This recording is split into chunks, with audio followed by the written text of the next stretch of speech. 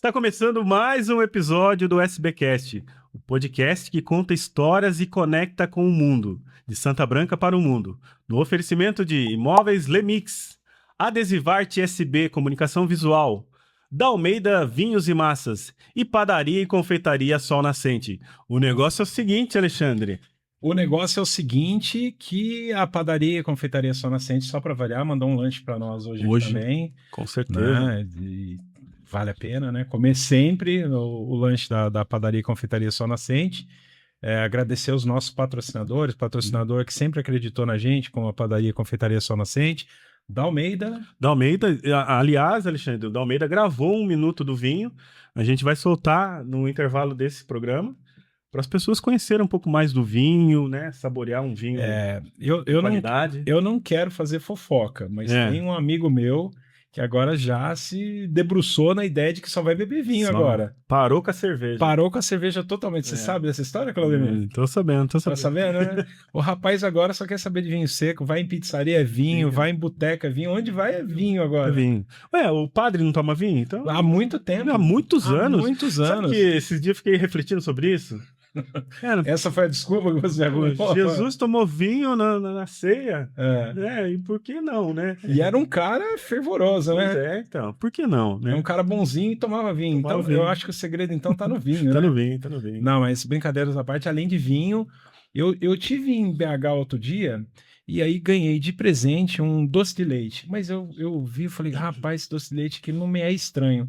Quando eu chego lá no Marcelo, o Marcelo vende o mesmo doce de leite. Olha só. E detalhe, é um doce de leite que meu irmão e a minha cunhada, quando vêm para o Brasil, levam lá para Inglaterra. Olha de só. Tão bom que é. Então, não é só vinho.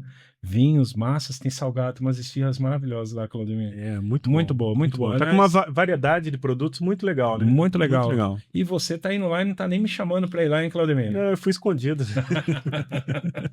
Então tá certo. Ó, um abraço a todos.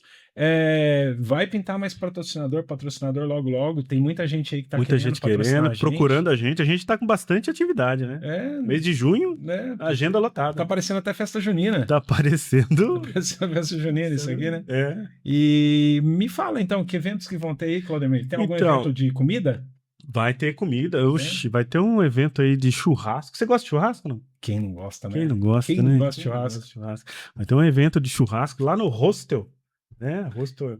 Jardim Albuquerque. Jardim Albuquerque, ali, pertinho daqui, né? Dá 2 quilômetros daqui. Então, e disse que vai vir um cara chamado, Alexandre, Éder Mandrake. Mandrake. Diz que o cara é fera do... Mandrake mesmo. É fera dos assados. Diz assim, ele tem uns vídeos dele lá que eu andei vendo, uma costela assim, ele faz assim com a mão, assim, desmancha.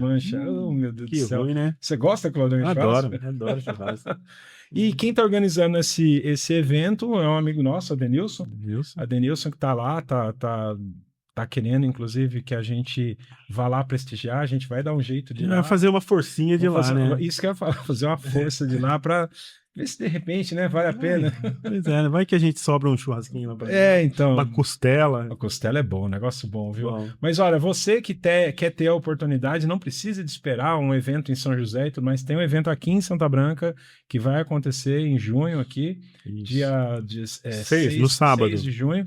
Vai acontecer. Eu acredito que 7 também ele vai fazer lá o evento.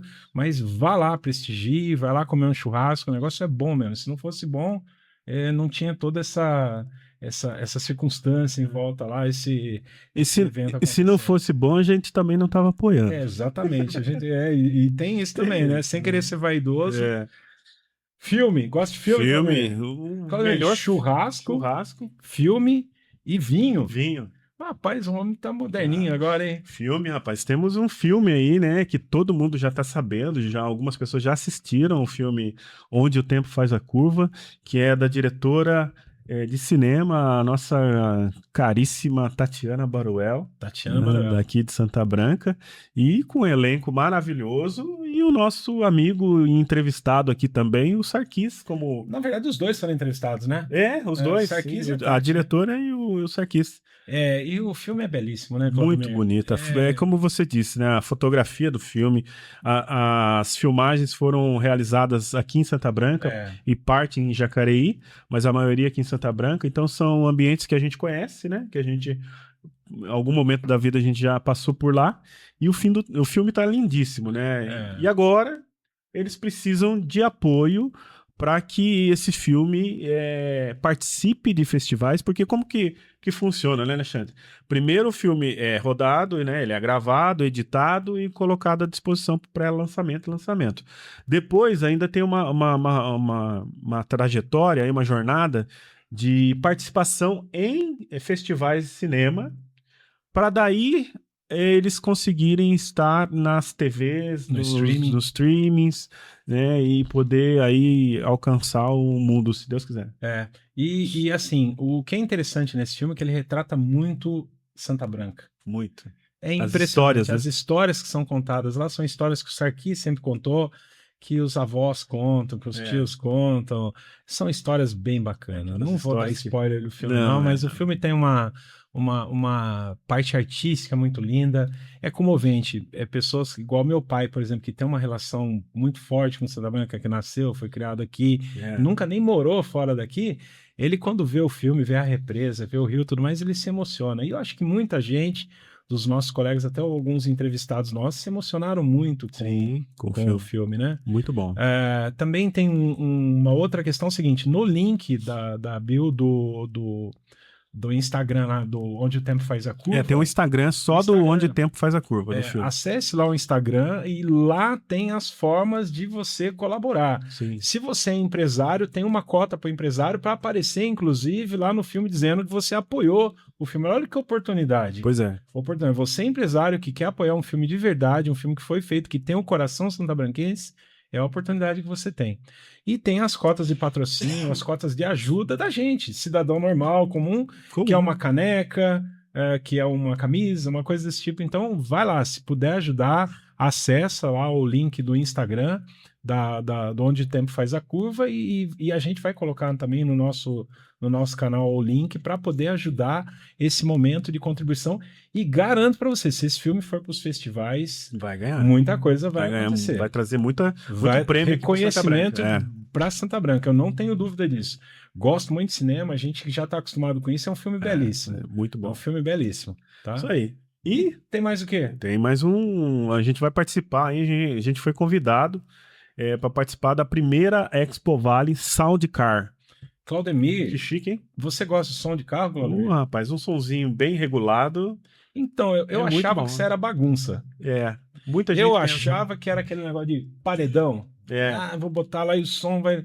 E, cara, tem regra o negócio, não é bagunça, não. Não é bagunça, não. Não é bagunça, não. O negócio tem certo, olha, tem que ser a potência tal, o som tal, tem que ter o equilíbrio, não sei o quê.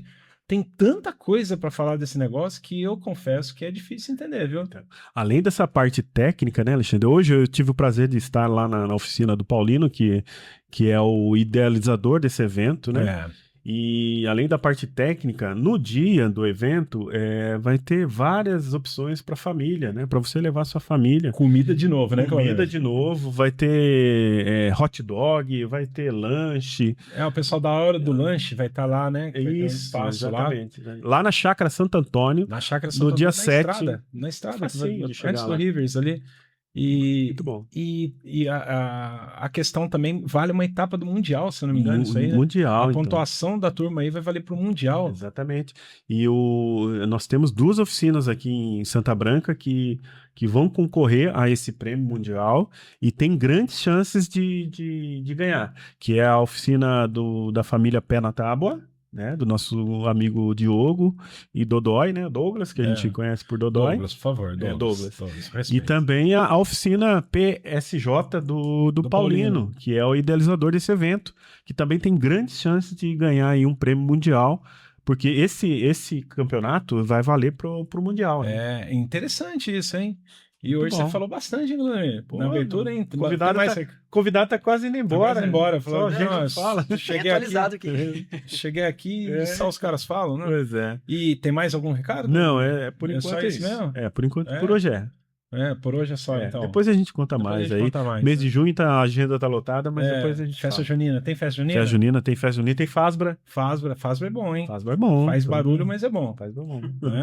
Bom, hoje nós estamos aqui tendo a honra de receber Claudemir, a gente sabe que tá ficando velho quando recebe um convidado que eu vi nascer. Pois é, verdade. Meu Deus do céu, como o tempo passa, né? Passa. E hoje é um advogado. Ó, E meu advogado. ó, Meu que advogado ainda. beleza. É, Maravilha. você vê que coisa, né? Diz que é nepotismo isso, não pode, mas eu acho que É. não é não. Bom, e por falar em pessoas com histórias incríveis, o episódio de hoje é daqueles que a gente fica ansioso para gravar. Nosso convidado é advogado, especialista nas áreas criminal, civil, família e empresarial. Pior que é isso mesmo, viu? Não atuei em criminal, não, comigo não, viu? Então isso que eu ia perguntar, mas Não, ainda não bem que você prestei isso, falou. não. Mas não para por aí. Ele é faixa preta de segundo dan no Taekwondo. Tá vendo? Vai mexer com o homem. É bravo, homem. E botou o irmão no mesmo caminho também, fez o irmão treinar também com isso para ficar bom também. Já está há 17 anos nessa área aí do Taekwondo, é presidente do Instituto Pegasus de Cidadania, entusiasta de tecnologia, blockchain também. Blockchain. Eu não sabia que você Exatamente. tinha essa linha de criptomoeda, não? Sim, eu tenho clientes que são desenvolvedores, são exchanges de negociação de cripto também, então. Pera lá que você vai explicar É. isso aí, então. Isso aí eu fiquei interessado. Não que eu tenha dinheiro para investir, claro, mas é interessante. E Já é bom pensar, né? e inteligência artificial. Inclusive, nos bastidores, a gente já estava falando Isso, a bastante de gente vai inteligência abordar artificial. esse assunto também. E ainda encontra tempo para tocar em banda cover de rock. Pois é. Rock eu gosto. Rock eu gosto. E canta Também com a gosto. Rafa. Toca com a Rafa. A Rafa que canta. É. Seja bem-vindo, Luciano. Muito obrigado. O prazer, a honra é minha, porque tem um projeto incrível aqui, né? Que vocês entrevistam pessoas da cidade para mostrar o que a cidade tem para oferecer para o mundo, né? E saber que eu faço parte dessa história também, tanto da cidade, cresci, vivi aqui, fui criado aqui, e também da história do projeto de vocês. Então, prazer, a honra é minha. Obrigado. Legal, a gente agradece. E aí a gente já começa perguntando, a gente sempre tem uma linha de editorial que pergunta lá do Luciano Félix, criança, né? Conta pra gente como é que foi essa história antes do direito, família, como é que você cresceu aqui em Santa Branca. Você morava longe daqui, né? Então, conta mais ou menos como é que foi aqui. Só atravessar a rua aqui, é só atravessar a calçada. Então, Santa Branca tem sempre um gostinho especial pra mim, porque acho que desde que eu me mudei, eu não passei 2 semanas sem vir pra cá. Ou talvez nem uma semana. É difícil ter uma semana que eu não venho pra Santa Branca. Eu fui criado numa família tradicional, né, aqui da cidade. Família simples, né, pai e mãe. E sempre tive em mente que eu tinha que estudar, trabalhar para conquistar os meus objetivos. Então, os meus pais tiveram muita influência nisso desde criança. Olha, o caminho é o estudo, é o trabalho, né? Para você ter uma vida melhor lá na frente, para você buscar um futuro promissor. Então, a minha infância e a minha adolescência, a minha criação foi voltada nisso. Ó, tenho em mente que eu tenho que conquistar meus objetivos, né? E os meus pais sempre me deram essa oportunidade. Ó, você vai focar nos seus estudos, vai focar no seu trabalho, para que você não se desvie, né, do caminho e não precise arcar com outras coisas para conseguir focar ali nos estudos. Então, a minha infância e a minha adolescência foi nesse sentido, né, de focar nos estudos, no trabalho, para conseguir alcançar meus objetivos. Em Santa Branca, desde cedo eu entrei no Taekwondo ali com 9 anos de idade. Quem que era o mestre? Já era o mestre Ricardo, ele já era mestre, inclusive, já era quarto dan de Taekwondo. O Ricardo Clóvis, né? Os dois têm a mesma graduação. Clóvis, Meu tio, né? tio do Claudemir. Ah, seu tio. Santa Branca, todo mundo se conecta, né? E assim, não tem como falar do Luciano advogado sem falar do Luciano taekwondista, porque, imagina, desde os 9 anos de idade no Taekwondo, isso molda a personalidade, né? O caráter. Então, às vezes eu me pego, por que eu sento mais, a postura mais assim? Por que procuro sempre ter um trilho, um caminho desse jeito? Vem da arte marcial. A arte marcial tradicional, né? A arte marcial asiática. Então, não tem como falar do Luciano, que é advogado, sem falar do Luciano, que é taekwondista. Porque eu sou taekwondista há 18 anos. Fez 18 agora, no final de maio. Ah, que legal. É muito tempo, né? Maioridade do taekwondo, né? Já chegou a faixa preta, né? Sou faixa preta segundo dan. já. Quando o faixa preta ele é primeiro dan, a gente chama de Jokyonin, né? Que é como se fosse um instrutor fazendo um estágio para ser um professor. A partir do segundo dan, a gente chama de Kyosanin, que é o senhor professor. Então, o ano passado eu peguei segundo dan, o ano passado eu fui promovido a Kyosanin, promovido ao professor mesmo, né? Olha só. Você é contemporâneo do Mikael, né? Sim, nós pegamos a faixa preta juntos. Ah, legal. Legal. São irmãos nisso, então. Sim, a gente começou a treinar juntos. Ele um pouco antes, né? Mas a faixa preta a gente pegou junto. Hoje ele é terceiro dan, inclusive. Eu também fiz taekwondo, mas eu parei na amarela. Na amarela? Na amarelinha. Eu nunca fiz. Eu fiz taekwondo, Eu nunca até por fiz conta arte do marcial. meu próprio tio, né? Do incentivo dele. Ele Mas é um eu cara bom, não né, taekwondo? parei na amarelinha. Ele é um cara bom no taekwondo também. Ele é. Agora me diz o seguinte, como é que surgiu a advocacia na sua vida? Porque tem determinadas coisas, o menino que sonha em ser piloto de avião, jogador de futebol, você foi taekwondista, de repente falou, taekwondo é legal, mas tem que ter uma certa maturidade para pensar isso. Quando é que foi o direito? Foi vocação? Foi influência? Foi seu pai que falou assim, um dia lá, o Luciano falou assim, filho, se você não for advogado, eu vou dar uma surra em você. Pai, eu sei lutar taekwondo. Tá, então não vou dar uma surra, mas você vai ver comigo. Ou foi a Sandra que veio e falou assim, não, você vai ser advogado. Na verdade, isso é uma história curiosa. É bem simples de responder, mas é curioso. A minha vida inteira eu quis ser engenheiro. É mesmo? Queria ir para engenharia industrial, engenharia mecânica, para algo... Porque eu era melhor em exatas do que em linguagens e humanas. Essa é uma boa. Isso é Vou ver interessante. onde vai chegar nisso aí. Se pegar lá minha nota do vestibular, minha nota em exatas foi maior que a nota em humanas, com exceção da redação, né, que já era uma habilidade que eu sempre tive, mas eu era bom em exatas. Eu gostava de matemática, eu gostava de física, até hoje eu gosto de pesquisar, de estudar. Mas aí eu tava com 17 anos, até parei eu tava na ETEC, né, estudei em Jacareí. Foi a última turma de ensino médio regular, né, antes de virar ensino médio técnico. Tava com um amigo meu, Paulo, que também é aqui de Santa Branca. A gente parou pra conversar assim no intervalo. Nossa, o ano que vem a gente tem que ir pra faculdade, a gente tem que trabalhar, né? Vai fazer 18 anos. Então a gente começou a pesquisar ali, fui pra casa, o mercado de trabalho. Quais são as profissões para quem é de exatas? Como que é o mercado de trabalho? Normalmente era indústria, normalmente era campo de obra, e eu não me via nesse tipo de serviço. Eu sempre gostei de escrever ali, por mais que eu tinha uma predisposição para matemática, para exatas, mas eu gostava de serviço de escritório. Ainda não sabia que era isso, mas eu começando Essa atividade burocrática de ler, escrever, redigir? Normalmente eu que organizava os grupos na escola, eu que separava o trabalho de cada um, eu que pegava a parte de revisão. Você tinha essa metodologia? Tinha essa metodologia, dessa organização. E eu fui pensando, não, acho que o mercado de trabalho de exatas não tem a ver com o meu perfil. Eu comecei a pesquisar o mercado de trabalho de humanas. Comecei a olhar filosofia, sociologia, e aí eu vi que o direito era promissor financeiramente. Então, é simples de responder. Eu escolhi o direito por conta que o mercado de trabalho era promissor na questão financeira. Falei, posso ter uma condição de vida melhor, posso melhorar minhas condições de vida. E eu combino com esse tipo de serviço administrativo.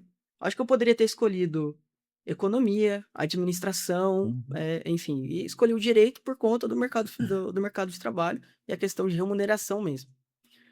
E quando eu entrei na faculdade, assim, se existe amor à primeira vista, foi isso. Minha primeira aula foi de Direito Penal 1.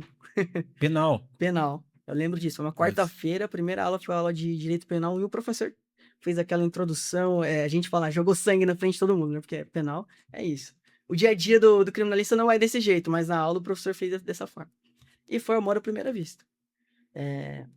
Me descobri no direito, gostei da filosofia do direito, história do direito, as aulas específicas. O professor ficava lá lendo o Vadimecum, eu gostava disso. É até estranho, né? As pessoas sentem sono.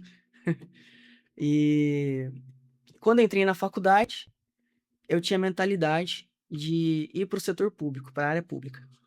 A minha mãe é servidora pública. Meu avô foi servidor público, é aposentado hoje.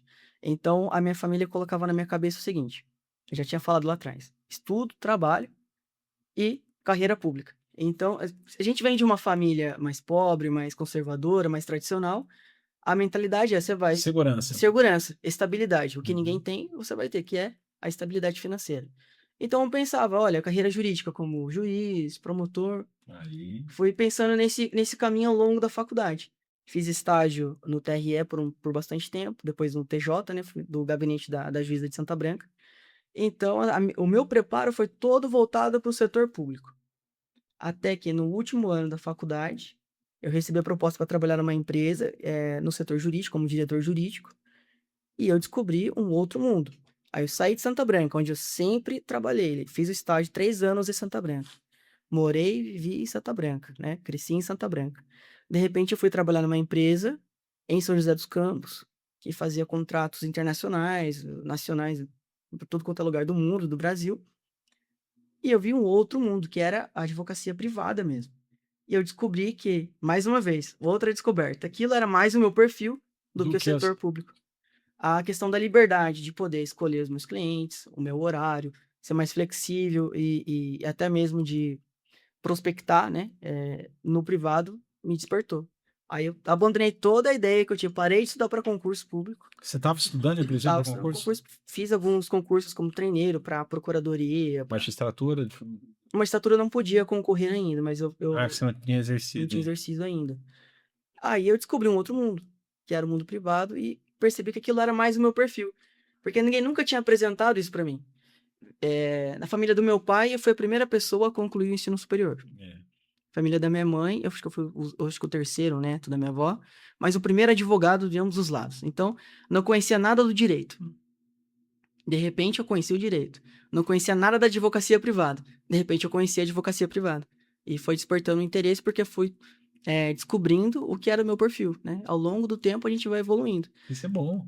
Eu percebi, assim, que os meus pais sabiam me indicar o caminho até os 18 anos, ó. Vai estudar, passa no vestibular, Ótimo. Daí para frente é seu. aí da faculdade pra frente foi Você descobrindo decide. sozinho, A história é exatamente. sua. Aí É. eu descobri, não, eu tenho um perfil de advogado.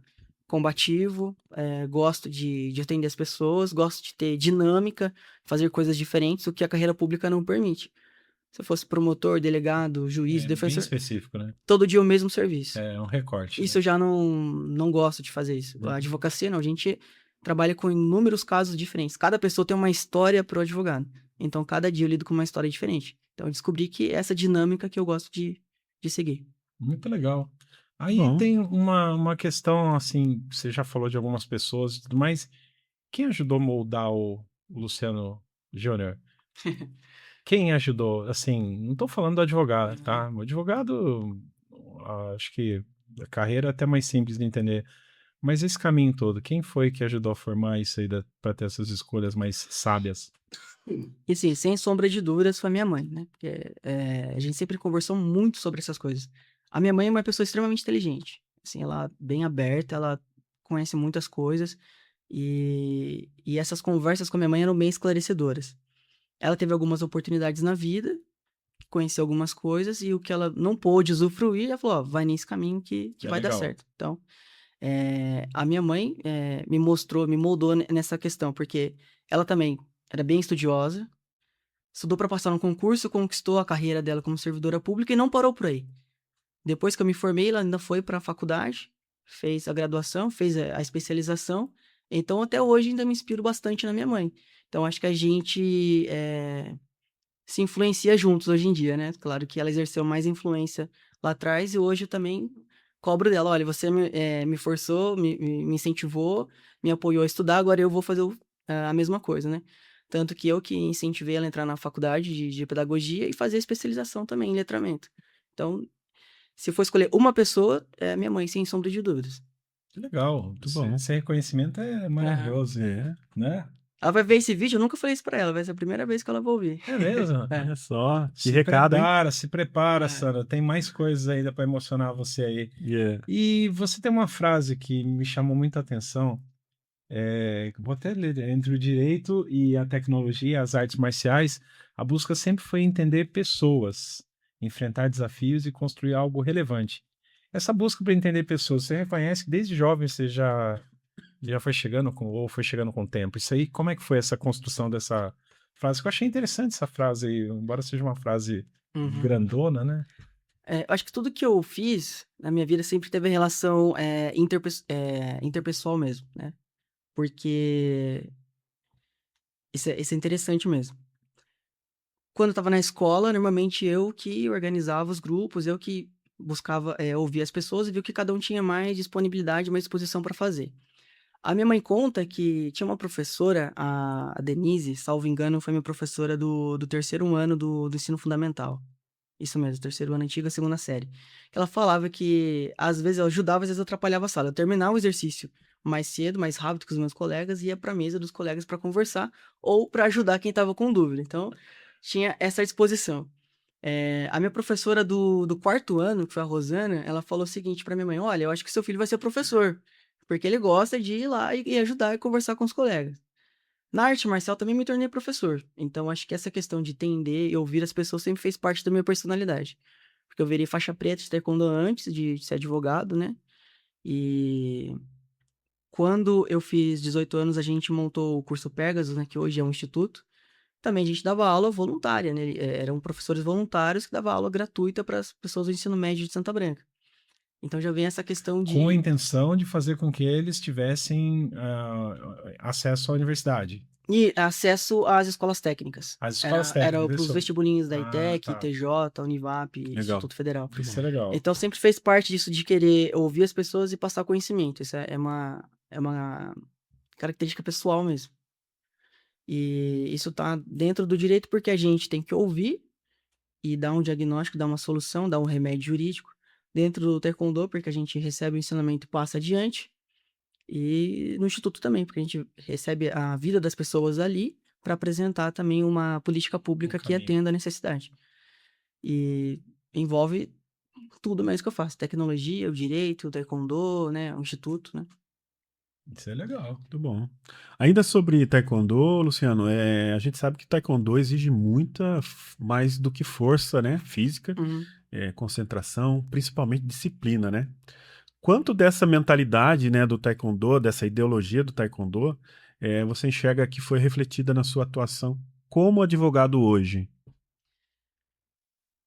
Acho que diria assim uns 70% da minha personalidade, seja como advogado, como pessoa, como filho, porque a arte marcial é um código de conduta e também uma filosofia, né? Que é uma mesmo que o taekwondo seja mais recente, as artes que precederam a formação do taekwondo já são milenares, né? Já existia na Coreia há muito tempo.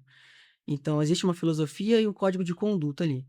Integridade, perseverança, a cortesia. Então os mestres sempre cobravam, né? O que que o taekwondista é? É um atleta cidadão. A gente é um atleta, a gente treina, a gente luta, mas também a gente tem que praticar a cidadania.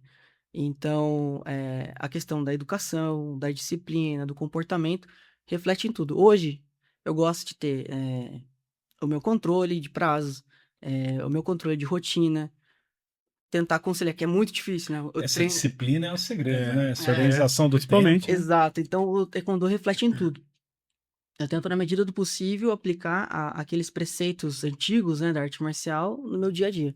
Até mesmo a forma de tratar as pessoas, a forma de me impor também, que é importante Se colocar, né? se colocar. Então, diria que uns 70% do Luciano Advogado vem do Luciano Taekwondo. Muito bom. Pé, mão, luta. A única coisa que eu sei.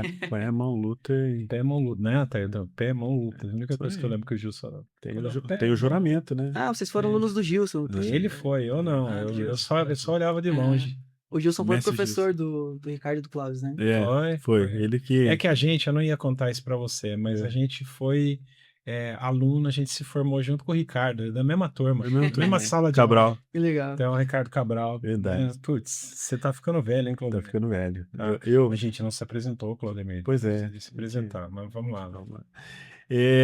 Ô, Luciano, a gente sabe que a faixa preta é um título que tem um peso, né? Carrega muito, muito peso. Quando você conquistou a sua faixa preta, o que mudou em você a partir desse momento, né? Porque ela é almejada, né? Uhum. E só que ela tem uma responsabilidade muito grande, que é como você disse, né? Alcançar a faixa preta, você se torna um mestre, né? Você Uhum. se torna uma pessoa que vai ensinar os outros, né? Como que foi para você esse momento?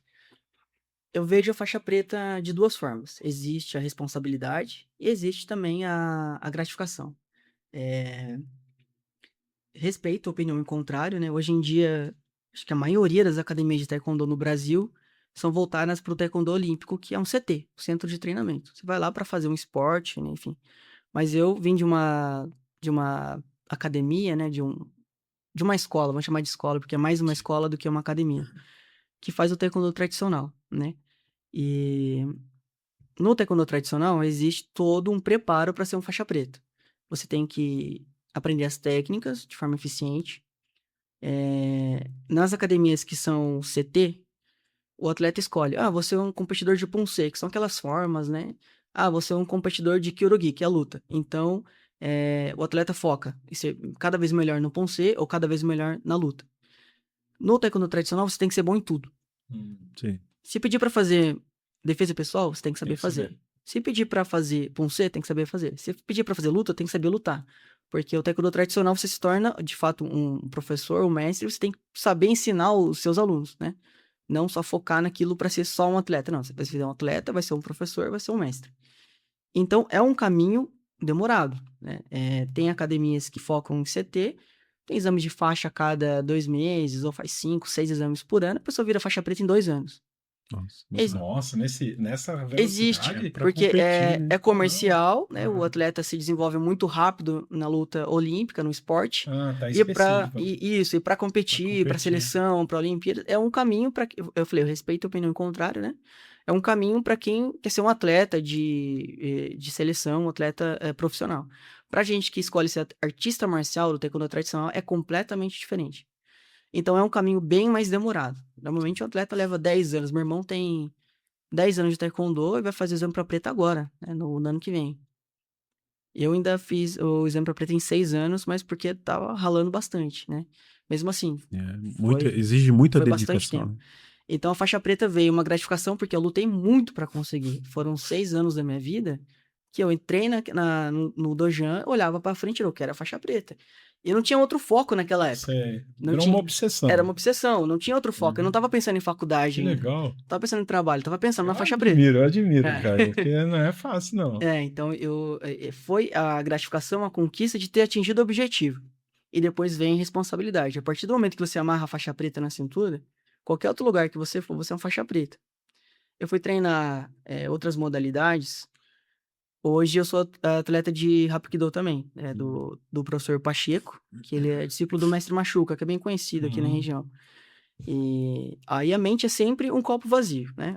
Eu vou aprender uma arte nova, golpes novos, então amarra a faixa branca, vou lá pro final da turma, né? E você vai aprender e vai graduar devagar. Isso faz parte, é o correto. Mas, ao mesmo tempo, as pessoas sabem que você é faixa preta, você sempre vai ser visto como faixa preta. Ninguém nunca mais vai te tratar como faixa branca, como faixa amarela, como faixa laranja. Vão tratar você como, faixa preta de taekwondo. Você tá em outra modalidade, eu fui treinar Kung Fu, o Luciano é faixa preta de taekwondo. Sempre aconteceu isso quando eu ia fazer uma aula de outra arte marcial. Então é responsabilidade. Eu sou um faixa preta, vou me portar como faixa preta. Não dá pra brigar na rua, né? Não, na verdade nunca briguei na rua. Não, mas tô falando assim, não dá pra arrumar uma confusão na rua, porque a faixa preta também te traz isso. Também te traz isso. Uma coisa de isso. consciência, de responsabilidade. Vou só falar um negócio pra você de artes marciais, e você que é pai aí, coloque seu filho pra fazer artes marciais. Muito bom. Meu filho ontem me ligou, meu filho do meio, o Alexandre, ele tá fazendo jiu-jitsu lá em Olha que Vitória. legal. Tá adorando, tá indo 2 vezes por semana. E aí, ele falou um palavrão, quando tomou não sei o que lá, falou um palavrão. Aí o mestre falou, você vai pagar 10 flexões pelo palavrão. Depois ele falou outro, ele falou, você vai pagar mais 10 flexões pelo palavrão, ou 20. O negócio dele dobrou. A multa. Aí ele percebeu que, assim, se ele não adestrar o pensamento dele para ele tirar isso da vida dele, ele vai ficar pagando multa. Sofrer. Entendeu? Então, assim, ele percebeu que, nossa, isso interfere na minha vida. E aí ele veio falar isso pra mim, porque eu sempre fui de falar, não vai falar, de brigar, de falar palavrão. Eu nunca gostei disso, né? E aí ele lembrou disso, pai, tem que te contar um negócio, você acredita que eu tive que... E é isso, é uma questão da postura, um faixa preta de jiu-jitsu, taekwondo, de qualquer arte marcial, não tem que se envolver em nenhuma discussão, né? Ele acaba. Não significa que ele não lute, não brigue para aquilo que é ideal dele, né? Mas ele não vai, de maneira gratuita, sair brigando por aí, né? Isso me deu até um outro insight, que assim, lá no taekwondo a gente tinha algumas regras. É proibido falar, não consigo, não posso, tô cansado. Se um da turma falasse isso, todo mundo paga 10. Olha só. Então, imagina. Treinar a mente, né? Exatamente. Comecei com 9 anos de idade com essa mentalidade. Hoje, reflete na minha vida. Tem algum problema em casa? Tem algum problema no trabalho? Não consigo, vou desistir. Não é uma opção. E nunca foi uma opção pra mim, então... Isso é legal. Isso fica, né? Você é criança crescendo nessa filosofia, você vira um adulto que aprende a lidar com frustrações, né? Olha aí, pai. Olha aí, mãe. Isso aí, Coloque ó. seu filho Tira seu filho do celular, Tira o bota ele numa celular, arte marcial. bota ele em outras telas, bota ele É. na tela do judô, de jiu-jitsu, Pois do é. rakudo. Bota ele no tatame. É, deixa ele Exatamente. lá, meu. Tira dessas telas, malditas Pois é. telas. É isso É. aí. Não, arte marcial, com certeza, assim como qualquer outro esporte, né, na É. vida da criança, né? Que Uhum. você começou quando criança ainda, né? Sim. E faz muita diferença no comportamento do homem que se vira depois, né? Eu fui esportista durante um tempo da minha vida e isso reflete os meus amigos. A gente fala lá, a gente tem uma noção de hierarquia, de respeito com os Exato. mais velhos, que é um negócio É. que, cara, o nosso professor lá, a gente sacaneia entre nós, mas a gente não tem coragem até hoje de sacanear com o nosso professor, lá, com os nossos professores, nossos mestres lá. No voleibol, isso, não tô falando de arte marcial, não. Por quê? Porque existe uma questão de respeito. Pô, o cara me introduziu lá pra Exato. jogar. Então, você tem isso, né? Legal. Isso é muito legal. Muito Eu bom. costumo- Eu gosto dessa conversa. Essa de disciplina esporte. Eu gosto. do esporte. Eu encontro os mestres assim, é natural, né? Na praça, na rua, a gente faz a reverência, cumprimento, Sim. e é automático, né? É, o Beto foi respeito. seu mestre também? Não, o Beto, ele é grão-mestre, né? Ele é o grão-mestre dos Você meus lembra mestres. dele, né? Ele é o grão-mestre dos meus mestres. Então, os meus mestres têm esse mestre, né? Que é o Beto. Ele era um cara admirável quando era a gente jovem, né? Jovenzinho. Quando ele vinha pra Já- Santa Branca, ele vinha só quando era aqueles exames grandes, né? E hoje é embaixo. assim também, quando o exame da turma toda, ele vem pra prestigiar, e Legal. quando são faixas pretas que vão ser formados, ele vem pra avaliar. Ah, legal. Então, quando eu fiz o exame pra preta, ele tava lá pra avaliar, o segundo Dan também, provavelmente no exame do meu irmão também. Legal. Legal. Muito bom. E, Luciano, você já viveu alguma situação dentro ou fora do tatame, né? Onde a disciplina do taekwondo foi decisiva para você superar uma situação, seja ela pessoal, seja ela profissional? É difícil selecionar, assim, uma lembrança específica, porque existem momentos, né, que, tô sobrecarregado, né, vou desistir de tudo, né, gente, eu lembro, não, o taekwondista perseverante, que é um espírito taekwondo, né, o taekwondista tem autocontrole, então eu paro, não, vou ter autocontrole, vou pensar, né, no que eu posso fazer. Tem uma frase que o mestre Ricardo sempre falava pra gente, nas conversas assim, que é o seguinte, se existe um problema, tem que existir uma solução, né, se eu tenho um problema, tem que achar uma solução. Então, nas situações que eu tenho no dia a dia, é um problema muito grande, eu paro, penso, vou ter que achar uma solução. Se existe um problema, eu tenho que achar uma solução. Legal. E não é na base da pancada, né? Não. Embora o taekwondo tenha muita pancada, né? O Luciano Tá- acabou de falar também que nunca brigou na rua, Nunca né? briguei, Mas é justamente por isso, Eu pela costumo disciplina. falar que briga é diferente de luta, né? Isso. Na luta, o seu colega empresta o corpo dele pra você treinar. Na rua, a briga é completamente diferente. Mas você sabe que até as brigas antes tinha uma questão de ética. Acho que a gente já conversou sobre isso já. Uhum. Tinha ética nas brigas de rua. Quando a gente era moleque, assim, não era algo que estava escrito no código de ética de nenhum lugar. Mas você sabia que você não podia dar chute nas partes de baixo, Uhum. você não Sim. podia enfiar dedo no olho do cara. Se ia brigar, sim, era porrada e não podia ter 2 contra 1 também. Era 1 contra aquele lá. E Tinha umas caiu, normas. parou, né? Caiu, acabou. Então era mais organizado. Não, Era? e ninguém. Ninguém ia pro jiu-jitsu ainda. Não. E era algo assim que ninguém precisava falar nisso. Existia isso aí. Opa, parou. Era um negócio meio assim. Você ia lá e tal. Pra resolver, quer resolver na porrada, resolve. Hoje eu não vejo isso. Hoje Não, não hoje dá, um quer Hoje eu matar não o outro, vejo, né? Hoje não compensa, né? Hoje Hoje é Quer ser muito- vadio, fala, não quer. Hoje é Muito morte, perigoso, né? É. Muito perigoso, né? Agora vamos falar da advocacia. Já falamos dessa história, falamos do Luciano criança, do Luciano que fez o taekwondo, que cresceu aqui em Santa Branca, que lutou, que isso, aquilo. E a advocacia agora? Não aquela da TV, vamos falar de advocacia de verdade agora mesmo, né? Você atua em criminal, civil, família, empresarial, são mundos muito diferentes, né? Na advocacia, dentro do direito lá. Uhum. Qual área que desafia mais emocionalmente, ou até mesmo de alguma forma, e por que desafia? Emocionalmente é a área de família. Família? Eu Família, achei que era criminal. não. Porque o criminal, a gente oferece uma possibilidade dentro das condições que o cliente tem, né? Já a área de família, o que normalmente acontece? Vamos falar de divórcio, pensão alimentícia. Você tem um casal que se separou, né, enfim, genitores ali, e uma criança no meio. genitor, genitora tem ali os seus interesses, cada um com o seu advogado, e a criança? Quem está representando o interesse da criança? Então, normalmente, os advogados, eles têm que conversar entre si, na medida do possível, na medida dos interesses dos clientes, e falar assim, olha, não esquece que tem uma criança aqui, né? A criança tem que ser a prioridade, e nunca é. É Então, mesmo? exato, porque, olha, são Não é uma raríssimos os casos. leitura passional sua, não? Ou não é mesmo? Não é mesmo, são raros os casos, a gente puxar as estatísticas de divórcio e pensões consensuais. A maioria são litigiosas, É. advogados contrários. Nossa. E já vi muita situação que a criança ficou esquecida ali nessa briga, nesses interesses, e os pais utilizam a criança para começar a jogar um contra o outro. Então, emocionalmente é mais difícil porque a gente tem que segurar pessoas que estão com conflito, ressentimento, Aham. mágoa ali.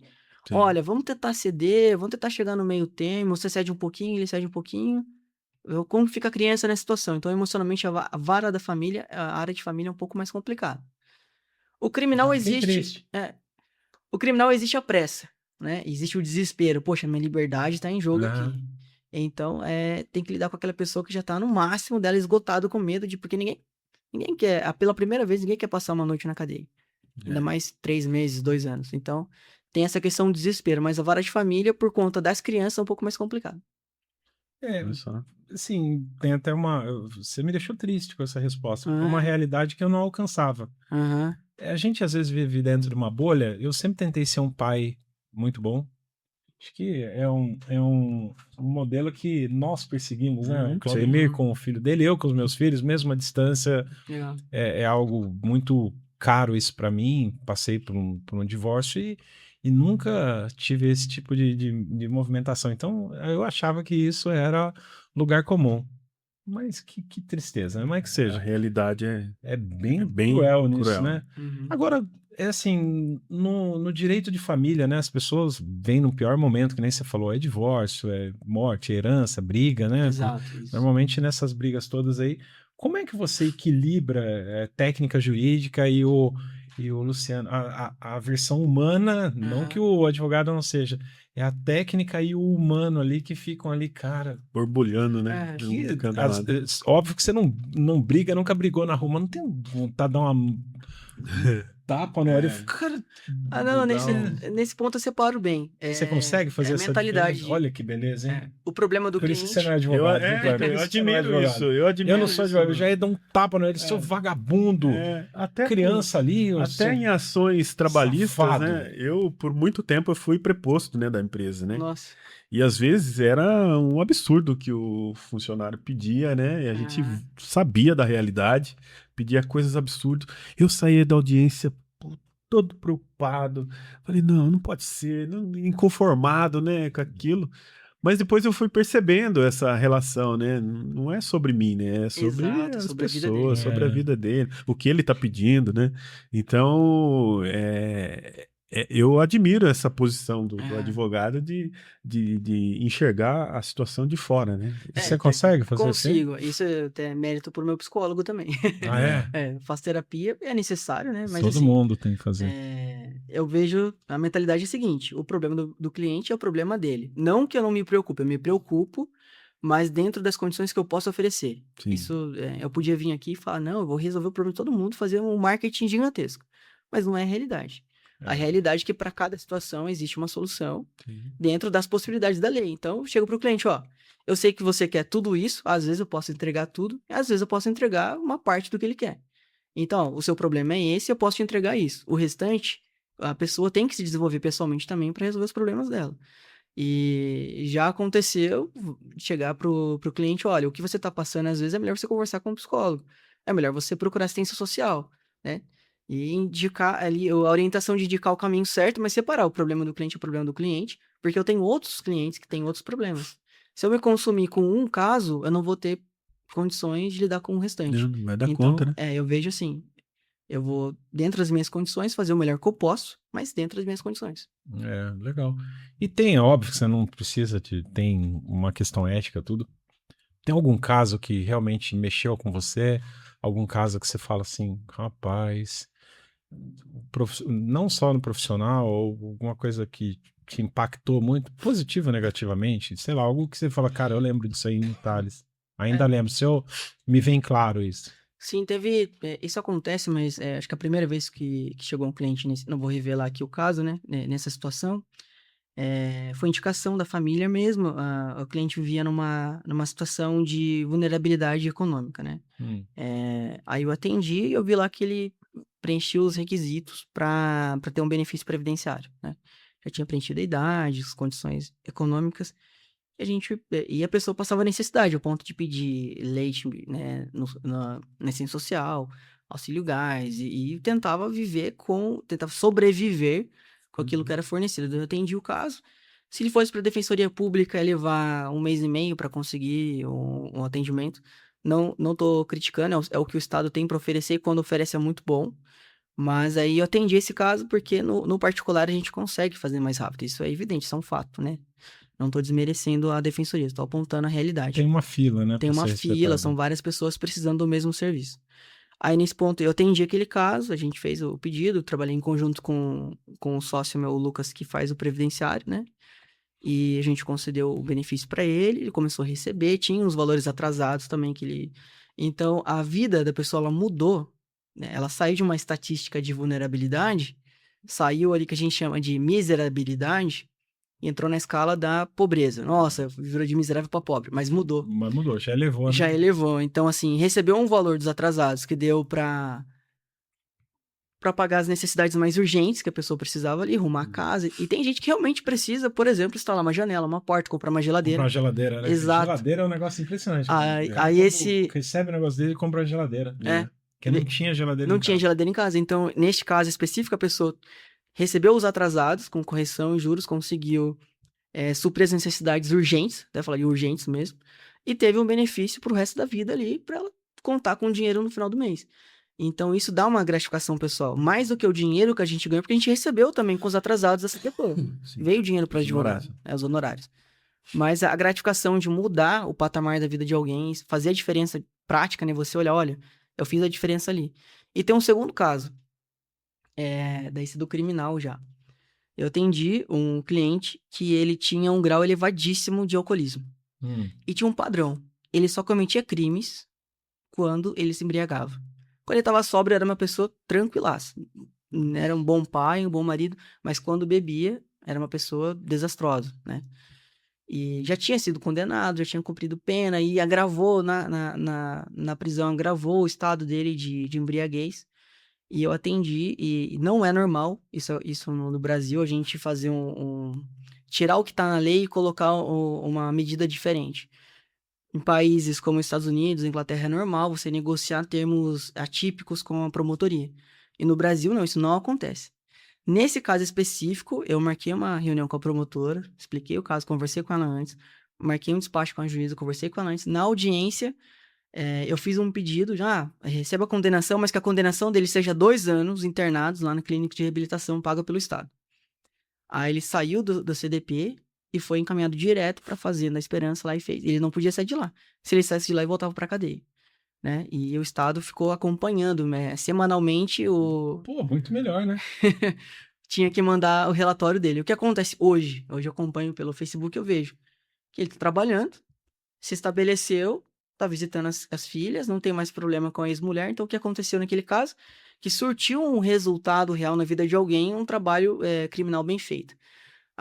Tô defendendo a reintegração, ressocialização do preso. Tô, porque... Eu tô também. Dessa forma. É isso que a gente quer. Se a cada 100, um der certo, já tá, a gente atingiu a finalidade. Menos um bandido. Né? É menos um bandido, menos um reincidente, menos uma pessoa que o Estado tá mantendo na prisão. Olha só que legal. Então, esse é um Isso outro é legal. caso que, olha, além do retorno financeiro, a gratificação pessoal também. A gente fez um impacto positivo. Muito bom, parabéns. Realmente. Acho que isso aí não tem dinheiro que pague, né, doutor? Não tem. Não tem dinheiro que pague, né? Com certeza. Se a recompensa. Saúde! Lembrando, em tudo é graças. Minuto do Vinho. Hoje a gente tem uma indicação aqui na da Almeida Vinhos de um Malbec Finca Lanita, um ótimo Malbec com 13,5% de teor alcoólico, um tanino bem redondo. Também temos o Malbec Sol Sul, um Malbec bem reconhecido no mercado, de ótimo custo-benefício. E também o Bordeaux Suave, para quem gosta daquele vinho mais docinho e tal, paladar do brasileiro. Temos um Bordeaux Suave Quinta do Jubair. saúde. Bem, vamos falar um pouquinho agora de tecnologia e inovação, que Gosta de é tecnologia? multifuncional esse A nosso câmera combinado. TechPix. TechPix, nossa senhora, essa foi longe, hein? Iogurteira Top Term. Ô, Luciano, você estuda blockchain, inteligência artificial, fraudes digitais e Exato. segurança online. Isso ainda é muito raro no universo jurídico brasileiro, né? Esse estudo, O que te levou a mergulhar nesse universo? Foi uma oportunidade de emprego. Eu tinha mencionado lá no começo da nossa conversa que quando eu estava no último ano da faculdade, eu recebi uma proposta de emprego para trabalhar numa empresa de marketing digital em São José dos Campos. Na época era Lotus Design. E esses sócios, eles apresentaram para mim o mundo digital, então eu tinha que estudar termos de uso, política de privacidade, LGPD, né? E fiz vários cursos com o País Bloom Academy, né? Que é a referência do direito digital no Brasil, é o País Bloom. Fiz um curso na academia dele, então assim, tive acesso a conteúdos que a empresa proporcionou, então me especializei no direito digital naquele momento. Ao longo do tempo que eu trabalhei com aquela empresa, os sócios começaram a migrar para a área blockchain, que era um mercado crescente, que eles já tinham trabalhado no começo ali da Wibix, né, que foi a primeira criptomoeda do Brasil. Eles começaram a migrar para essa área e hoje eles estão 100% focados, né, na área blockchain. Esse meu cliente é a B4, né, ele é uma bolsa, uma exchange, uma bolsa brasileira, né, de criptos do mercado de crédito de carbono. Então, eu tive meu primeiro contato com a advocacia privada foi o mundo digital e, posteriormente, mais específico, o blockchain. Então, quando eu comecei a trabalhar com isso, ainda não existia a lei dos criptoativos. A lei é recente, A lei né? recente, foi antes da lei. O que a gente tinha? Algumas resoluções da Receita Federal sobre definição, algumas resoluções da CVM sobre valor imobiliário ou não, e muito conteúdo estrangeiro. A SEC, Dubai, que já tinham começado com isso antes. Então, eu comecei a me aprofundar. Quando surgiu a lei dos criptoativos no Brasil, eu já sabia todos os conceitos. Olha só. Já tava, esse meu cliente, que eu ajudei na estruturação, né, dos criptos deles, eles já estavam regulamentados e dentro das condições da lei antes da lei existir. Olha que legal. Então, a gente previu muita coisa que acontecia acompanhando o dia a dia. Então, o meu contato com o blockchain e o mundo digital foi por conta de uma proposta de emprego. Resolvi, vou arregaçar as mangas, vou trabalhar com isso, vou aprender. E a oportunidade, e sair na frente, porque eu aprendi sobre cripto antes da lei existir, né? Eu aprendi sobre o mundo digital quando ele estava começando a entrar no mercado jurídico, né? Então, hoje muita gente tem que comprar curso, eu já não preciso porque eu já estava lá no começo ajudando a formar. E é um mercado do direito muito nichado e muito restrito. Existem poucos advogados que realmente entendem disso. Então, e é um mercado que todo mundo se conhece. Aí, ó, negócio para ele aí, né? Mas pode ser professor nesse ramo, né? É Do uma blockchain, boa. da criptomoeda, É uma né? boa. Vender cursos, né? Vender curso. Dá pra pensar Faça nisso. aqui. E então, assim, é um mercado nichado, todo mundo se conhece. Então, uma empresa que está começando uma exchange, uma bolsa aqui no Brasil, precisa de assessoria jurídica, conhece eu e mais 3 advogados que fazem no Brasil e na região.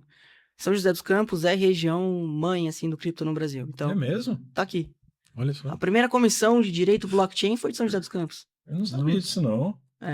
Aqui é o nicho. A primeira cripto do Brasil foi feita aqui. A Wibix de São José dos Campos, que você consegue pagar no Shibata, por exemplo, no McDonald's aqui da região. Olha só, a gente. Tá vendo como a gente. Você é um analfabeto É um digital. analfabeto digital Claudemir. total. Você consegue pagar com cripto. Olha Você tem só. alguma criptomoeda? Não tem ainda. Não tem. Eu não Aliás. vou te surpreender que eu tenho, tá? Eu não vou você humilhar tem. você. É um cara tá? que gosta de arriscar, Não, você é um não, cara Agora, por que. curiosidade, você investe assim? Eu já investi, eu perdi muito. Eu investi numa criptomoeda de um coreano, se eu não me engano, lá que ela derreteu. Acho que ela chamava Luna, se eu não me engano. Sei, aluno dele também. Ela derreteu 99%. E eu tinha quase que todo o dinheiro nela. Puxa. Então na Binance lá eu devo ter uma migalha que eu tenho até raiva de olhar lá. É porque tem que entender se a moeda ela tem uma estabilidade ao longo do tempo também e o projeto. Quando a gente desenvolve... O projeto era audacioso do cara, que ele sacaneou, né? Ele roubou, né? Esse que foi o problema, né? É porque existem vários tipos, né? Nem todo criptoativo é uma criptomoeda. Existem tokens, NFTs, utility tokens, security tokens. Tem que avaliar se o projeto ele se sustenta.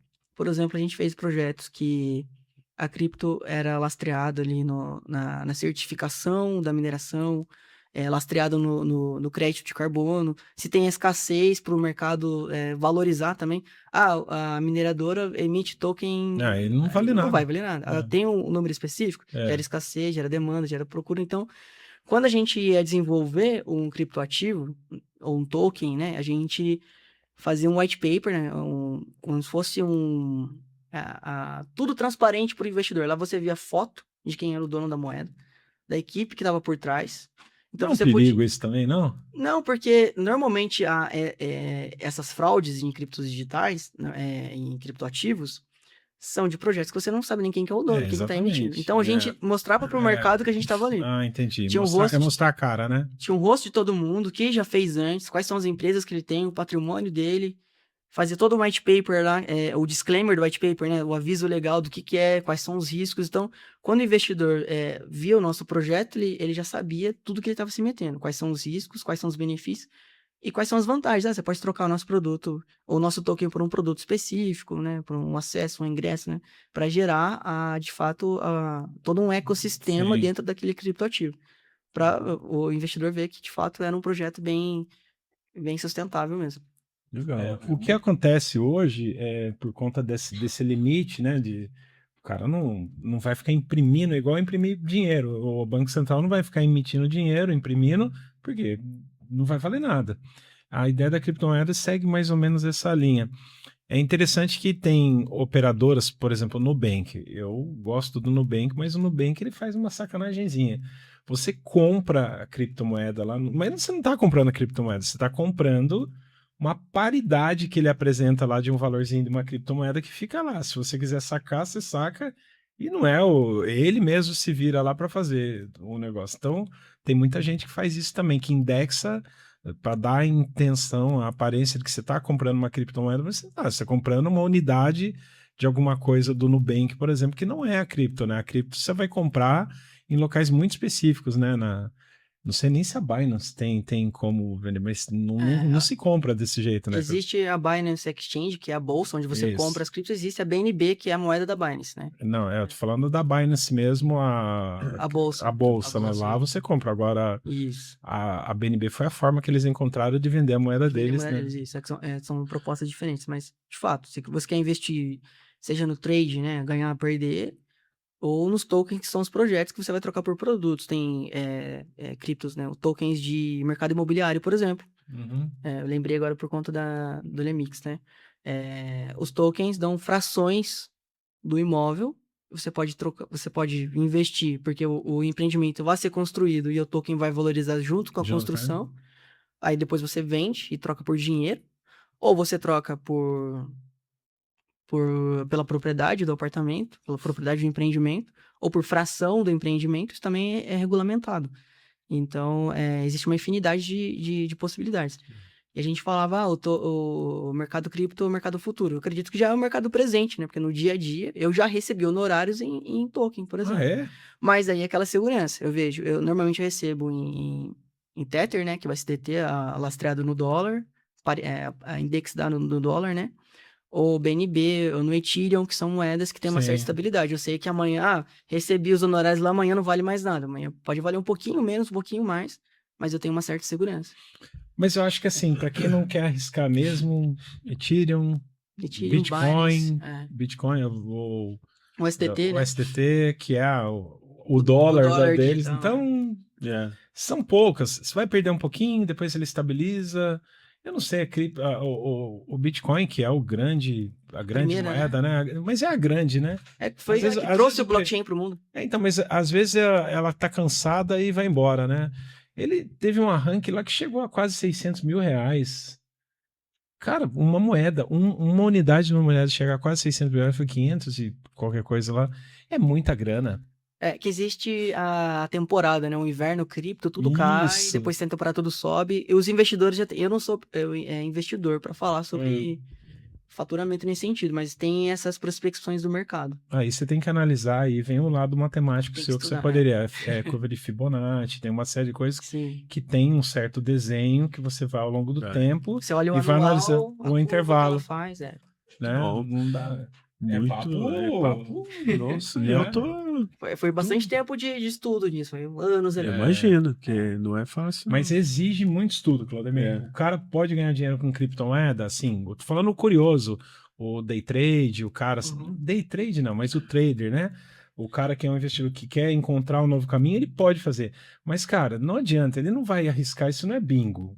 Já aposta tudo no 15, roleta, né? Aposta tudo no 15. Não é assim. Você tem que estudar, fazer essa leitura e entender o que que é. Leu o projeto. Essa confirmação da paridade, que é de dois, tem a confirmação para ver se o papel. Tem um monte. Tem um amigo meu que ele tem guardado as palavras para resgatar, ele tem guardado na cabeça. Não é aconselhável você guardar a chave, né, o seu token num papel, porque se alguém acha. Olha só. São 16 palavras. Reza uma lenda que existe uma wallet, uma carteira de Bitcoin que tá enterrada no deserto. Mas tem um que foi perdido no lixão. No lixão, No lixão, também tem esse essa aí, história só. também. E a galera fica vasculhando o lixão, porque é o você seguinte: o cara é dono da moeda, lá da cripto lá. Só que para ele resgatar isso, ele precisa daquela sequência lógica daquelas. Acho que são 16 palavras que tem. Uhum. E é uma sequência grande, de 16 palavras. E aí, se ele perde aquilo, ele imprime e guarda num cofre aquilo lá. Porque o dia que ele quer resgatar, ele vai num cofre, pega e resgata, ele digita lá. Só que o que acontece? Tem gente que não tem condição e perde isso. E aí? Joga no Quem lixo. acha que teve coisa de jogar no lixo já. Aí esse meu amigo, ele gravou, ele tem a sequência de. Eu falei, cara, e o dia que você esquecer? Ele falou, antes de eu esquecer, quando eu todo dia de manhã eu faço minha oração e eu rezo Nossa. as palavras. O dia que eu tiver com alguma falha, eu já vendo. Legal. Ele não tem gravado em lugar nenhum. Outro nível já, né? É, Luciano, bem, com essa expansão, né, da criptomoeda no Brasil principalmente, né, mas ainda muita gente tem medo, né? Tem. Juridicamente, existe uma segurança para quem investe em moedas, criptomoedas? Existe a segurança se você investe num projeto que você sabe quem são os proprietários, quem são os desenvolvedores, né? E se é dentro de uma exchange regulamentada no Brasil. Eu falo isso com certa ressalva porque as pessoas do mercado descentralizado, elas não querem regulamentação. E aí, lógico, porque o mercado descentralizado, o mercado cripto cresceu para não ter governança estatal, para ser uma governança do mercado mesmo.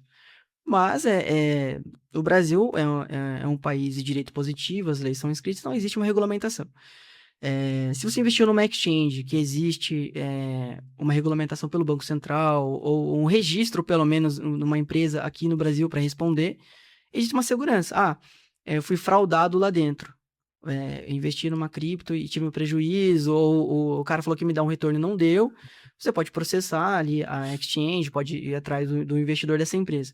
Agora, você fez negócio com uma pessoa que você não conhece, um projeto que não tem nenhum tipo de registro, nada tem defesa, né? transparente, aí fica difícil. quase impossível de encontrar. É um estelionato comum, como já existem outras modalidades. Sim. Então, o problema não é o cripto, né? O problema é que em todos os mercados existem estelionatários, né? E não foi diferente com o mundo digital. O estelionato sempre existiu, sempre acompanhou a humanidade, né? Então, no mundo digital também. Então, a segurança é investir em projetos que você saiba quem recorrer depois, né? Para conseguir responsabilizar. Aí tem uns caras, rei das cripto, rei das moedas, rei de não sei o quê. Os caras vendiam uma ideia que ganhava 30% ao mês, o pessoal botou dinheiro lá e ele não dava isso, né? A blockchain, ela é mais segura que os sistemas bancários, né? A blockchain é imutável. Uma vez que você faz a operação lá dentro, o smart contract, ele não muda a regra, né? E fica registrado lá dentro. Então, se o governo e a polícia depois quiser pegar os registros daquela operação, vai estar lá transparente. A blockchain, o que ela é? Ela é imutável e transparente. Essa é a venda da blockchain, né? Ela foi criada para essa intuição, para combater, de fato, corrupção, combater fraude. Então, o registro fica lá armazenado na cadeia de dados de forma imutável, ninguém vai conseguir alterar aquele registro. Fez o registro, fez a operação, ficou lá armazenado. E ela é transparente. Qualquer pessoa que tenha acesso àquela blockchain consegue visualizar. Então, talvez, para a polícia, para a investigação, a blockchain seja até melhor que as operações que a gente já conhece hoje. Porque em algum momento vai dizer lá que o Luciano, num determinado dia, ele operou aquilo lá. Fica registrado. Pode ser que ele tenha desistido, tenha vendido, E não tenha pode ser passado, apagado.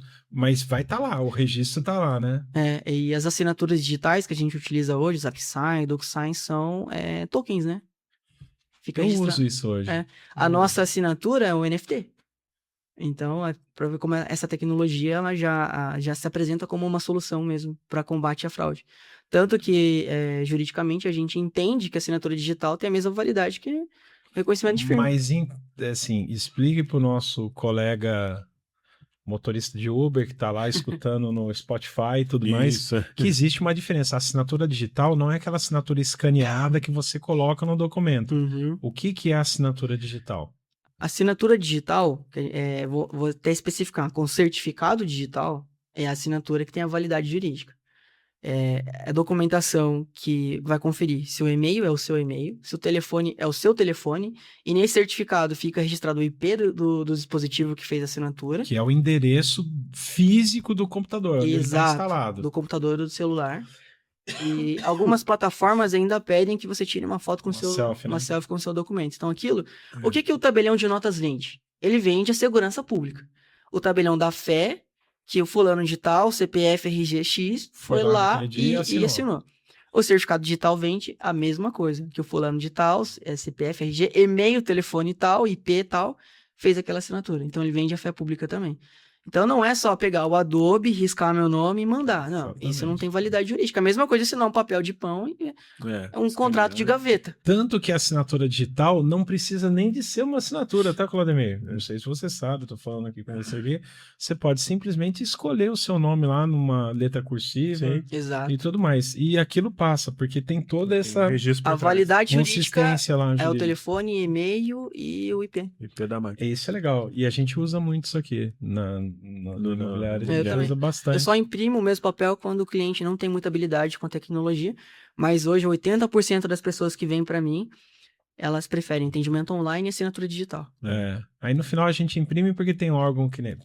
Órgão não, tem lugar, por exemplo, igual a EDP, exige que você vá lá, leve uma pastinha de documento para eles escanearem e tudo mais. Poderia ter um e-mail, né, já para você, mas não, tem o... Mais que seja. Mas, Luciano, ainda sobre tecnologia, né, a gente estava comentando um pouco antes de começar a nossa entrevista sobre o uso da inteligência artificial, né, nos escritórios de jurídicos, né, na elaboração de análise, de pareceres aí pelos advogados, né.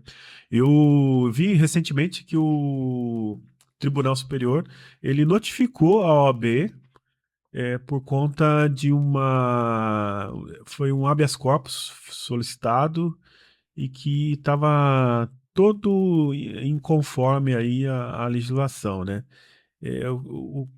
Como que você vê a utilização da inteligência artificial hoje no meio jurídico? Eu uso a IA e até vejo dessa forma com ressalvas. É óbvio, é nítido, eu sei disso, que a IA, ela otimiza o nosso tempo. É uma ótima ferramenta para otimização do tempo. Uma peça simples, uma petição simples, que antes a gente gastaria 2 horas para redigir do zero, a IA pode dar a estrutura já pronta, você faz os ajustes e faz em 20, 30 minutos. Então, olha a otimização do tempo. É inegável também que a IA, ela diminui a mão de obra. Hoje, com o uso da IA, ela faz o que 2 assistentes fariam. Então, assim, é uma economia para o escritório, para o advogado. Sim. Mas ela nunca vai substituir o profissional. Isso não tem como. Por que eu digo isso? Porque o profissional, ele tem o dever de conferir, de validar, de dar os prompts da forma certa. Então, você tem que estudar para usar a IA. A IA, ela fica melhor se você dá os prompts corretos. Sim. E existem conteúdos que eles não estão disponíveis na internet, que estão em livros antigos de direito, ou estão em livros didáticos específicos que não estão gratuitos no Google. Então, essa informação a IA não vai conseguir acessar. Você precisa fazer uma petição mais complexa, vou para o STJ, como você mencionou, para o STF, um recurso para segunda instância. Tem que ter uma linguagem mais técnica, um conteúdo mais nichado, mais específico, que a IA não vai conseguir acessar, então cabe ao advogado, com seu conhecimento técnico, estudou para isso, ir lá e preencher conforme o caso pede. O que acontece? O advogado está com preguiça, aí manda a IA faz um recurso especial para o STJ. A IA não tem a jurisprudência paradigma para aquele caso. Paradigma que é a jurisprudência, o entendimento da corte. Sim. Ela vai criar, vai preencher a lacuna, e quando vai ver, é uma jurisprudência inventada, que não existe. ou uma legislação que já foi revogada. Já aconteceu também comigo. Eu revisei depois e vi que ele citou um artigo, aquele inciso que fica riscado na lei, o seguinte é o que passa a valer. Usou o riscado e não usou o seguinte. Aí eu tive que depois mudar. Falei, não, isso aqui não existe mais. Isso aqui foi revogado. Porque eu revisei e eu tenho um conhecimento técnico para corrigir. Aí o advogado com preguiça, nem corrigiu a peça, mandou e peticionou assim. Aí o juiz, o ministro vai ler, lei revogada, jurisprudência que não existe. Isso é exercício irregular da advocacia, né? O advogado não pode fazer isso. O advogado tem que usar a lei e a lei que existe, não pode inventar decisão que não existe. Isso não é uma forma de manipulação do processo, é litigância de má fé também, né? Então, cabe ao profissional revisar e quando for o caso muito específico, o próprio profissional tem que fazer. A IA vai montar a estrutura, ele vai diminuir ali o tempo de serviço, porque a estrutura já vai estar pronta. Mas o conhecimento técnico, a tese técnica, o advogado tem que fazer. Sim. Então, nesse sentido que eu vejo com ressalvas. Mas é interessante isso aí, né? É um tema que não se esgota, né? Não. Eu acho que daqui pra frente vai ser muito falado IA. Uhum. É porque já é hoje, só de fazer as coisas com a rapidez que faz. No nosso meio digital, né, de marketing e tudo mais, é muito usado. Não tem como usar. Não tem como você ficar de fora. E até tinha comentado com vocês aqui nos bastidores, né? Existe uma guerra de IAs hoje em dia, né? Porque o advogado fez uma petição com a IA, o promotor fez a petição com a IA, e os dois mandaram pro juiz. E o juiz fez a sentença com a IA. Qual IA que é melhor? Qual IA venceu? É a minha, né? Que é melhor, né? Sempre vai ser. Exato. Muito bom. Antigamente era o estagiário do advogado contra o estagiário do promotor contra o estagiário do juiz. Agora é IA de cada um, Olha, o estagiário trabalha bastante mesmo? Trabalha. E o meu estagiário trabalha também. Não sei se você sabe, mas o meu irmão Miguel é meu estagiário. Não, isso eu já sabia, que você já tinha falado e tinha colocado aí. Botou o irmão para ser estagiário. Isso é muita sacanagem. E tem bastante papel lá para digitalizar, pasta para organizar, índice para fazer. Ainda tem, né, doutor? Ainda tem. As pessoas acham que digitalizou tudo, mas nem tudo. Nem tudo. Não, tem muita coisa. Principalmente a ação previdenciária, vem aquelas guias de GPS antigas lá, desde a época de bolinhas, aí a gente tem que colocar tudo na pasta do Google Drive. Quando me mandavam, era por posto, tinha que ir, né? Quando me mandavam tirar fotocópia de processo da página 100 até a 250. Esses dias eu peguei um processo de 2010, e o processo tá arquivado, né? Tive que pedir vistas para desarquivar, processo em papel. Ele veio pro escritório, estagiário lá, tirando fotinho, colocar eu fazia isso. E como eu não era advogado, eu tinha que fazer isso no balcão da... Nossa, aí... É mole? Eu pelo menos eu posso retirar, levo o doutor pode retirar, levar para casa. Agora, o pobre mortal aqui... Eu lembro que no serviço público, quando quando começou a digitalizar, foi formada uma comissão para digitalizar os processos. Um negócio muito sério, né? Tem o formato e tudo mais. Tem todo um padrão, tem toda uma... um ano e cacetada de uma equipe grande para digitalizar os processos. É um trabalho bem bacana, cansativo, é um trabalho, mas o tempo que você ganha em consulta depois é muito bom. Muito grande. Luciano, você é presidente do Instituto Pegasus de Cidadania. Me conta como é que esse projeto nasceu, né? O que te fez ir além da advocacia e fundar uma instituição com esse foco social? O Pegasus, ele cresceu de uma união de esforços de amigos. Eu sempre falo isso, o Pegasus é uma união de amigos. Eu e o Mikael, né? Mikael Cardoso, que hoje é assessor de esportes aqui, ele está afastado do Pegasus por isso, mas lá no início ele fez parte da fundação. Nós tínhamos estudado aqui no ensino fundamental, tivemos um bom acesso à educação em Santa Branca e a gente conseguiu ser aprovado na ETEC. Nós estudamos juntos na ETEC. Em uma série acima, né? Fomos contemporâneos ali. Tanto no Rosa Gomes quanto na ETEC, no Taekwondo. E então a gente estava sempre junto ali. A gente quis retribuir isso para as pessoas da cidade. Na nossa época, bastante gente ia para a ETEC, mas era bem menos. E não sei como que tá hoje essa expectativa, mas na minha época, a ETEC era o melhor ensino médio de Jacareí. Um dos melhores do estado. Então, todo mundo queria ir pra lá. Jacareí, Santa Branca, Guararema, São José e Santa Isabel. Na minha sala tinha gente de Garatá, de tudo quanto era lugar. Todo mundo queria ir ali pra ETEC Cónigo José Bento de Jacareí, né? Eu não sei como que é a procura hoje, mas na minha época era desse jeito. A gente quis retribuir isso pras pessoas da cidade. Então, a gente montou um projeto chamado Curso Pegasus. Pegasus porque nós éramos fãs de Cavaleiros do Zodíaco. E tinha o Saint Seiya, né? O Pegasus Fantasy, né? E E num insight, assim, a gente tava ouvindo, eu tava tocando violão, né? Tocando a música Sensei A. E no refrão, Pegasus Fantasy, né? Pegasus é um bom nome pro projeto, porque da mitologia é um cavalo alado que voa para horizontes e educação te leva para horizontes de alternativas. Então veio esse marketing ali numa roda de amigos tocando violão, veio Pegasus, né? Para voar para horizontes de alternativas. E virou o nome do curso. O curso consistia em aulas para vestibular da ETEC, no começo era só a ETEC, para os alunos do 9º ano, do Rosa Gomes e do Palmira, de forma 100% gratuita. Éramos amigos, né? Meu colega que era estudante de engenharia, né? O Otávio Augusto, ele dava aula de matemática e física. O Micael, estudante de educação física, dava aula de biologia, né? Dentro da área da saúde, da educação. Eu, estudante de direito, dava aula de língua portuguesa e depois peguei algumas aulas de história também. Então, sempre na nossa área de domínio. Aquilo que a gente estava estudando na faculdade, era a nossa habilidade, e a gente dava aula nesse sentido. Então, a gente montou uma grade de aulas sucinta, assim, poucas aulas, mas com foco em resolução de questões. A gente pegava questões de provas anteriores e ensinava como resolver questões. Ali todo mundo era bom em resolver questões. Todo mundo tinha sido provado na faculdade, todo mundo era bolsista da faculdade, todo mundo tinha ganhado bolsa no ensino médio, então eram pessoas habituadas. Sabia fazer caminho, prova. né? Sabia fazer prova. Então, eu sempre falo isso. Até uma curiosidade, eu passei na OAB de primeira no 9º semestre. Eu fui fazer como treineiro, fui fazer como treineiro e passei. Aí quando eu falo isso para outros colegas advogados, nossa, mas como que você fala isso? Eu batalhei 3 anos e 5 provas, eu fui fazer como treineiro e passei. Então, era a habilidade de resolver a questão.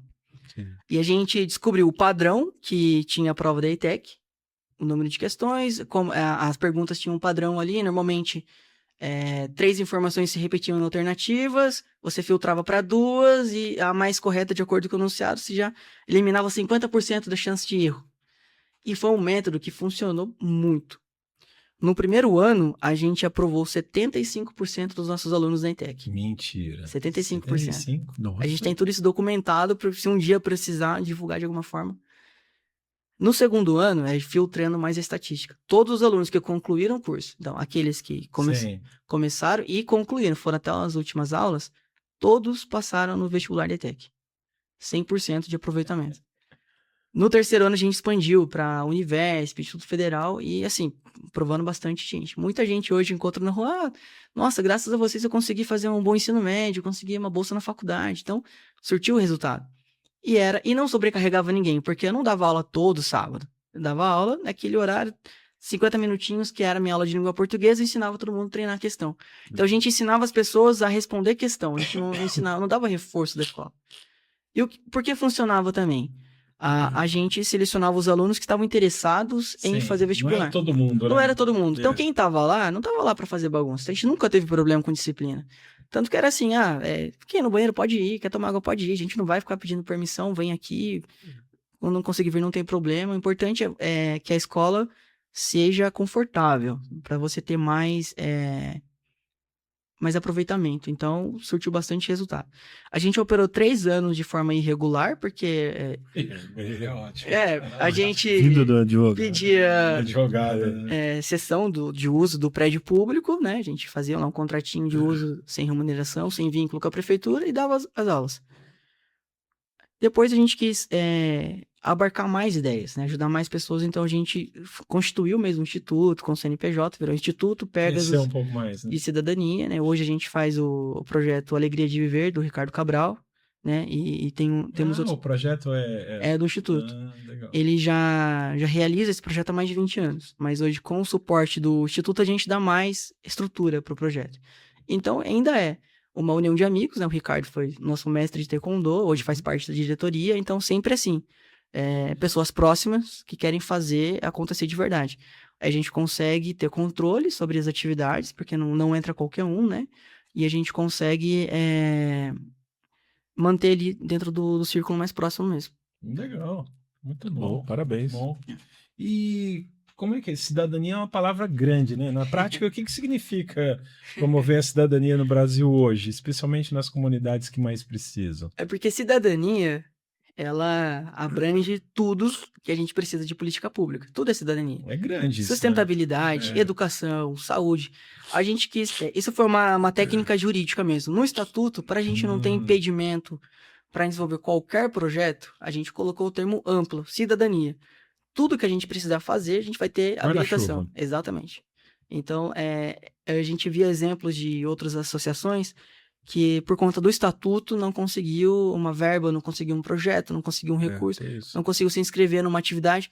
Então, o Mikael, a gente sentou para escrever esse estatuto, a gente escreveu mesmo do zero isso aí. E, qual o termo? Cidadania abrange tudo. O estatuto, todo o território nacional e estrangeiro. Atividades que a gente vai desempenhar. Ela tem 3 páginas de atividades que a gente pode fazer. Então, tudo que a gente precisar, algum dia surgir a oportunidade, Tá ali. Tá a lá. gente vai conseguir fazer. Então, foi mais uma estratégia. É, uma estratégia boa. Muito bom. E quais são as principais ações hoje do Instituto, além do Ricardo, né, que você falou? E o que ele já transformou de concreto na vida das pessoas? Então, hoje a gente tem... Você já contou lá dos alunos, já achei sensacional isso então, aí. hoje eu tenho o projeto do Alegria de Diversão dos Idosos. É uma atividade recreativa e não é desportiva, né? É mais assistencialista, né? Assistente social para combater o sedentarismo na melhor idade. Então, a partir dos 55 anos, qualquer pessoa da cidade pode ir lá, se inscrever e fazer... 55, hein, Falta pouco pra você, Alexandre. Tá faltando pouco pra Tá você, faltando hein? pouco. Idoso normalmente é 60 anos, a gente reduziu para 5 anos, abranger mais um pouco. Legal. E lá é interessante que cada um faz atividade conforme as suas limitações. Quem tá mais soltinho, vai lá, dança, faz um alongamento. Quem não consegue, faz exercício sentadinho mesmo, alonga aqui, alonga ali. O importante é se movimentar, é sair de casa, combater o sedentarismo, a inclusão das pessoas para ter um momento de lazer, um momento de interação. E assistencialista mesmo, né? Totalmente gratuito. Então a gente foca o Instituto nessa questão mesmo, assistencialista, né? E fazer a política pública mais para a cidadania. E o impacto na vida das pessoas, eu posso citar de pronto, assim, as pessoas que foram aprovadas nos vestibulares, que fizeram o ensino médio gratuito, de qualidade, graças ao curso, né? Então, Isso aí já vale tudo, né? é uma estatística, né? Sim. Porque quando os nossos alunos prestaram o vestibular da ETEC, a ETEC já era escola técnica. Então, a pessoa saiu de lá com ensino médio de qualidade e com um curso técnico, uma profissão. Então, a gente proporcionou à pessoa acesso ao ensino e ao mercado de trabalho. Perfeito. Bom, parabéns. Bem, vamos falar agora de coisa boa também, né? Música, rock and roll. Você gosta, né, de rock and roll, né? Eu gosto muito. Muita gente não sabe, né, Luciano? Você é músico, né? Toca em uma banda cover, né? Como que surgiu essa paixão pela música? Olha, a música e eu é uma trajetória que eu não lembro quando começou. A minha mãe é muito roqueira. O meu pai também, meu pai é metaleiro. Então, eu cresci ali em casa ouvindo rock and roll, ouvindo heavy metal. Uhum. De sobra meus tios também, né? Você conhece meus tios? Então, assim, eu cresci numa família que tava ouvindo hard rock em casa, tava ouvindo CD, fita cassete, vídeo, né? Então, eu cresci nesse mundo do rock and roll. A questão de tocar um instrumento vem muito pela família da minha mãe. A família da minha mãe tem muitos músicos, né? Eu aprendi a tocar com meu tio Wizinho, né? Ele que me ensinou os primeiros acordes ali. Depois eu fui pro batucando para aprimorar mais um pouco. Então foi influência da família da minha mãe, que tem mais parentes que são músicos, né? Tem primos também que tocam. E eu sempre gostei de rock and roll. Aí, por influência da família, meu pai me deu uma guitarra, então primeiro eu aprendi a tocar guitarra. Normalmente as pessoas começam no violão. Meu pai me deu uma guitarra que eu tenho até hoje. Até dei um nome pra ela, né? Ela chama Mary Rose. Mary Rose é a minha primeira guitarra e eu acho que nunca vou me desfazer dela. E, assim, mais uma vez, amor à primeira vista. Eu aprendi a tocar muito rápido, né? Fazer os primeiros acordes ali, eu vi que eu tinha disposição pra isso.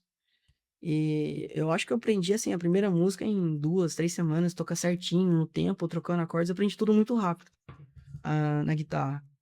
Só que eu fiquei um tempo estável, né? Fiquei ali no iniciante, não avancei muito. Fiquei por bastante tempo assim. Aí quando eu fui pro ensino médio, lá na ETEC a gente tinha uns festivais de música. Então eu falei, vamos me apresentar. Aí com os amigos a gente montou uma banda, foi aquele padrão de ensino médio, banda da escola que toca nos festivais da escola. Então aí eu comecei a estudar mais, tentar me aprimorar mais. Depois que eu saí do ensino médio, fiquei um bom tempo sem tocar, né? Fiquei assim, sem me aprimorar. Aí recentemente que eu falei, não, vou voltar com essa paixão antiga, eu voltei a fazer aula, fiz aula há um bom tempo com o Ítalo, que é guitarrista de uma banda cover do Iron Maiden, Uhum. e voltei a estudar e melhorar as técnicas. O que eu melhorei, assim, tecnicamente foi agora, nesses últimos anos, né? Eu fiquei bastante tempo no nível iniciante ali, hoje eu acho que eu tô no intermediário. Não sou um músico profissional, né? Um guitarrista, não. Sei tocar as músicas que estão dentro da minha capacidade. E aí, recentemente também quis voltar a esses projetos de ter banda, né? Hoje eu tenho uma banda, a gente chama de Mid School, e a gente faz covers de New Metal, que é uma vertente do Heavy Metal que cresceu nos últimos anos. Nos últimos anos não, né? Que o Slipknot, Linkin Park ali do começo de 2000 já era o New Metal, mas que estourou mesmo foi agora. Todo mundo escuta System of a Down, né? Linkin Park, Korn, Limp Bizkit. Então a gente focou nessa vertente do metal, que é o metal que, assim, pelo menos eu acredito que é o que a minha geração gosta de ouvir. Mas a gente também toca os clássicos, grunge, né? Tipo, Pearl Jam, Audioslave, a gente também toca. Se não tocar, né? Eu gosto muito, inclusive. Agora, como é que fica as raízes nordestinas nessa história? Então, eu não tenho muita... Você tem raízes nordestinas... Eu sempre falo que eu sou metade cearense, porque minha mãe é cearense. Meu pai é paulista. Mas eu não tenho muita habilidade no gingado. Eu gosto de ouvir o baião, eu gosto de ouvir. Você já foi pra lá? Não, nunca fui. O dia que você for pra lá, talvez você mude um pouco essa percepção. E é um lugar legal pra vocês irem. É um lugar que a música é muito, muito forte. É uma música gostosa. Minha família veio disso aí. Então, é uma música assim, jeitosa. Sabe aquela música amável? Não é a música que pode até falar da tristeza, mas fala de uma tristeza de uma maneira gostosa. Você fala, pô, é triste, mas eu tive que passar por isso para crescer. É mais ou menos dessa a lição. Não tô dizendo que todo forró é poesia, toda música nordestina é poesia, mas tem muito disso lá que vocês vão gostar. Pensa nisso lá, porque assim, você tem uma questão que talvez seja interessante, cara, de você lá. Já pode dizer. E eu tenho muito disso. Eu gosto do rock, mas eu gosto do forró também. Então. Mas forró é bom. Então, isso o forró, cara, é a essência nordestina. E é muito interessante isso, porque é intrigante isso, porque o rock tem aquela batida que fica aquela coisa meio africana, meio... de cabeça, né? E o forró tem do negócio do triângulo aquele ritmo também que é cadenciado nisso também. Uma curiosidade, a gente escutar, por exemplo, a banda Raimundos, né? Que mistura o punk com o baião, né? Sim. Começa lá o triângulo. Você é muito novo pra falar de Raimundos. Fui 3 shows do Raimundos. Você foi? Também fui alguns shows do Raimundos. Muito bom, muito bom. Não conto os bastidores do show. Não, bastidores deixa quieto lá, mas é interessante, né? Continua, Claudemir, continua que o papo de música sempre é bom. É muito bom. E tocar em banda, né, Luciano, é um trabalho em equipe, né? Você acaba se entrosando e o que dessa convivência com a banda, né, reflete no seu dia a dia de trabalho? Eu vejo assim, né, que a música não é o meu ganha-pão. A música para mim é um lazer, é um hobby. Eu gosto muito de fazer, me dedico, mas não é o que me sustenta. Então eu prefiro estar com pessoas que são companhias confortáveis, companhias que você tem amizade, para que não seja maçante. Então, por exemplo, além da Mid School, eu tenho um projeto com a Rafa, minha esposa, que inclusive está aqui no nosso estúdio. Ela não está aparecendo, mas ela está aqui. A gente chama de projeto entre nós dois, né? Por mais que tenha a banda que acompanha a gente, o foco é ela e eu. E a gente faz clássicos do pop rock. Então são músicas que a gente ensaia em casa. Kid de Abelha, Engenheiros do Havaí, Pitty, a Rita Lee, que ela tem uma disposição pessoal. Gosto. E assim, o timbre encaixa perfeitamente. Então a gente vai descobrindo isso no dia a dia, então é algo natural. A gente já toca isso em casa. A gente tem um quarto lá em casa que é cheio de instrumentos. Tem guitarra, violão, contrabaixo, bateria. Bateria não, tem um carrom, teclado. Então a gente faz barulho ali, para terror dos vizinhos. Mas isso é então bom. são coisas que a gente já ensaia em casa e se torna natural. Com a Mid School são mais pessoas. E são músicas mais difíceis, né? Porque o pop rock, 3, 4 acordes, um riffzinho ou outro, você consegue ensaiar. Agora vai tocar heavy metal, exige mais dedicação. Sim. Porque é mais complexo, né? A velocidade, as técnicas específicas. Porque se você não faz do jeito a técnica correta, fica feio. Uhum. Se você não encaixa o bumbo ali com o baixo, que já é mais rápido, mais veloz, vai ficar feio. E aparece, né? Pra quem é músico, Aparece. aparece. Você pensa que não, você tem lá, tá com Fica sujo, 5, né? 6 músicos lá na É. banda. Fala, vamos dar uma erradinha aqui, não vai aparecer, mas... Aí a gente tem que deixar um pouco a amizade de lado, chegar no estúdio e ser chato. Ó, fulano, perdeu tempo aqui, ó, não é esse timbre. Já aconteceu comigo, o timbre tá errado. É. Aí eu tenho que ir lá ajustar a pedaleira. O vocal não conseguiu cantar no tempo, porque vai cantar, por exemplo, Limp Bizkit ou Korn, tem que pronunciar muito rápido. É uma música que a gente ensaiou bastante pra encaixar, foi Killing the Name do Rage Against the Machine, né? E é uma música que tinha muito riff, e uma música que a fala era rápida, então todo mundo ali teve que se ajustar. E Isso saiu? Saiu, a gente tem até vídeo no nosso Instagram, lá, a gente tocando essa música no estúdio. Olha que legal. A gente tocou ao vivo também ano passado no Festival do Batucando. E então, assim, tem que deixar a amizade um pouco de lado e se dedicar mais. Então, todo mundo tira a música em casa antes pra tocar no ensaio. E quando alguém não tira, fica muito visível. Imagino. E eu já fiz isso também, de não tirar a música direito, chegar no dia e todo mundo... eu Passa confesso- vergonha, né? Nossa, Eu vergonha. quando eu toquei, como eu não tinha muita habilidade, né? Eu não era um músico, né? Assim como os meus mestres aí de Santa Branca. Então eu tinha que estudar mesmo pra no ensaio não passar errar. vergonha. Porque senão Exatamente. você ia passar vergonha, com certeza. né? E Bom, mas acontece, é normal. Ali, acontece, ninguém ali é profissional da nossa banda. Todo mundo tá aprendendo, todo mundo ainda faz aula, todo mundo ainda estuda, então a gente tá evoluindo junto. Isso é legal. Legal, muito bom. Parabéns. Isso aí. Bom, Luciano, olhando agora tudo que você construiu, advocacia, instituto, taekwondo, música, tecnologia, qual foi o maior desafio que você enfrentou e que quase te fez desistir em alguma coisa? Até é engraçado falar assim, né? Eu nunca pensei em desistir. Na sua essência então, já falou, mas onde assim, não entra, né, essa palavra. a maior dificuldade foi com relação a gerir o próprio negócio. Isso nunca foi ensinado, né? Na escola, né? Na faculdade. Eu aprendi a advogar, aprendi a fazer petição, aprendi a atender cliente. Mas eu não aprendi a tomar conta de um escritório, a tomar conta de uma empresa, porque o escritório é uma empresa. Então, essa foi a maior dificuldade. Apanhei bastante no começo, não sabia gerenciar meu tempo, não sabia gerenciar os recursos. Ainda estou aprendendo a gerir o escritório, né? A questão administrativa, de ser um CEO, ser um sócio, né, do escritório. Então, essa foi a maior dificuldade. Eu parar e pensar, caramba, o que eu vou fazer aqui?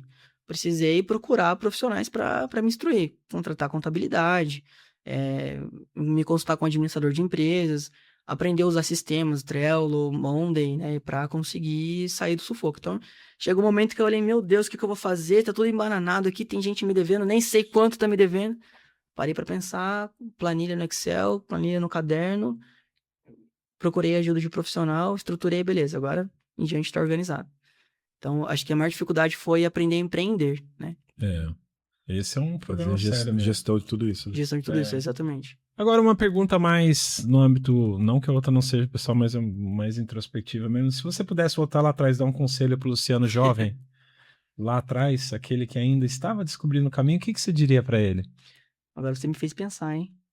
Não é legal essa, né? Essa é legal, essa pega de surpresa. Pensa você que seria o mestre daquele menino lá. Olha, acho que eu falaria o conselho mais clichê de filmes, assim, de viagem no tempo, que é para não desistir, né? Que lá no final tudo vai dar certo. Porque eu podia não saber naquela época, mas hoje eu sei que o caminho tava certo. Errei alguns momentos, mas acho que eu não mudaria, porque os erros me fizeram aprender para acertar hoje, né? Então seria o conselho de não desistir, estar no caminho certo, né? E mantenha aí perseverante que vai funcionar. Isso é legal, isso é legal. E você fala muito em construir algo relevante, né? Sempre você tá buscando isso lá. O que é relevância para você? Como é que você mede se tá no caminho certo nisso que você tá falando, por exemplo? Acho que eu sou uma pessoa muito pragmática, né? Então a relevância para mim é um efeito prático, visível, palpável, né? Fazer diferença na vida das pessoas, a diferença na sociedade, diferença na minha vida. Não é financeiro. Financeiro também. Tá aliado a isso. O financeiro é consequência, né? Porque a gente vive numa sociedade mista, tem as políticas públicas e tem o sistema liberal de economia. Então, eu ganho dinheiro fazendo a diferença na vida das pessoas. A gente faz a política pública e tem um retorno financeiro. Isso no escritório. No instituto, sem fins lucrativos, é só política pública mesmo. mas o escritório é o privado e o social. Então, a relevância é, de fato, causar um efeito na sociedade.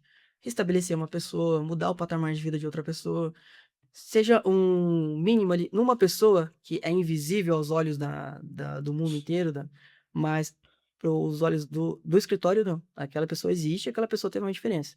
Nos olhos do instituto, não.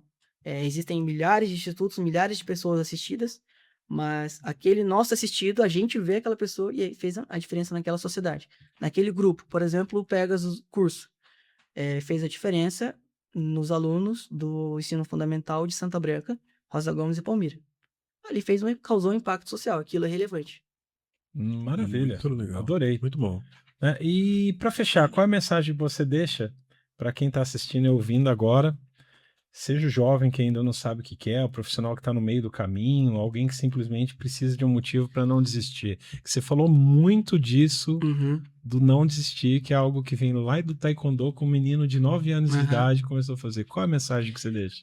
A mensagem é que você tem que se encontrar no mundo, fazer aquilo que você gosta. Isso eu não tô vendendo aqui um mar de rosas porque é difícil. A batalha de todo dia, cada trabalho, cada dificuldade é moroso. Mas você tem que fazer aquilo que você gosta. Porque quando você faz o que você gosta, que você sentiu que você nasceu pra fazer, é menos desgastante, né?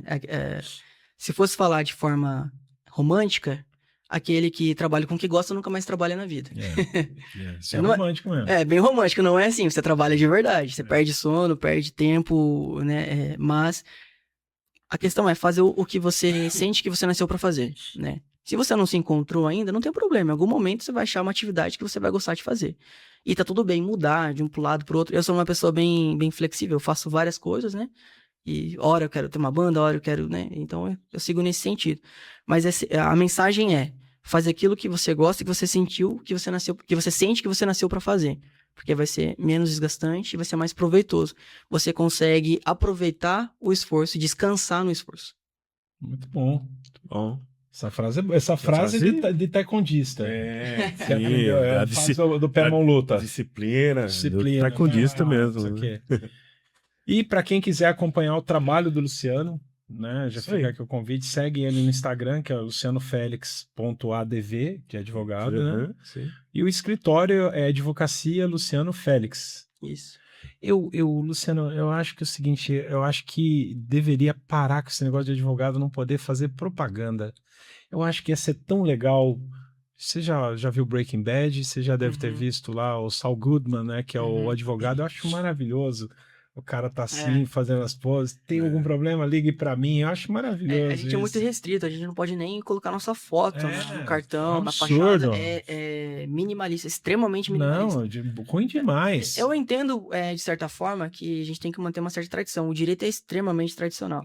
Mas também não pode proibir o advogado de prospectar também. Exatamente. Então a gente fica um pouco de mãos atadas às vezes. Eu Sim. fazendo uma crítica pública que é óbvia, né? Não, Mas é a realidade, né, na de verdade, vocês. é né? uma questão muito ampla Tá essa, na hora né? de revisar De abrir, isso. Algumas coisas tem que se atualizar com o mercado também. Não tem como. Porque todo mundo pode fazer propaganda e a gente não. E o que acontece? Os escritórios muito consolidados, eles não precisam de marketing. Nem querem que faça mesmo.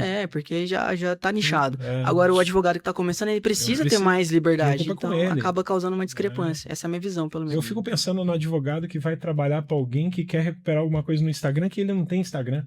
Como é que fica um advogado desse? Tem que pedir pro estagiário, né? Você sabe disso aqui, né? Nesses dias, até uma curiosidade, vou contar de forma bem breve. Um colega meu, advogado mais velho, ligou pra mim. Tinha trocado o sistema do tribunal, a migração, ele tava com dificuldade de gerar guia de custas.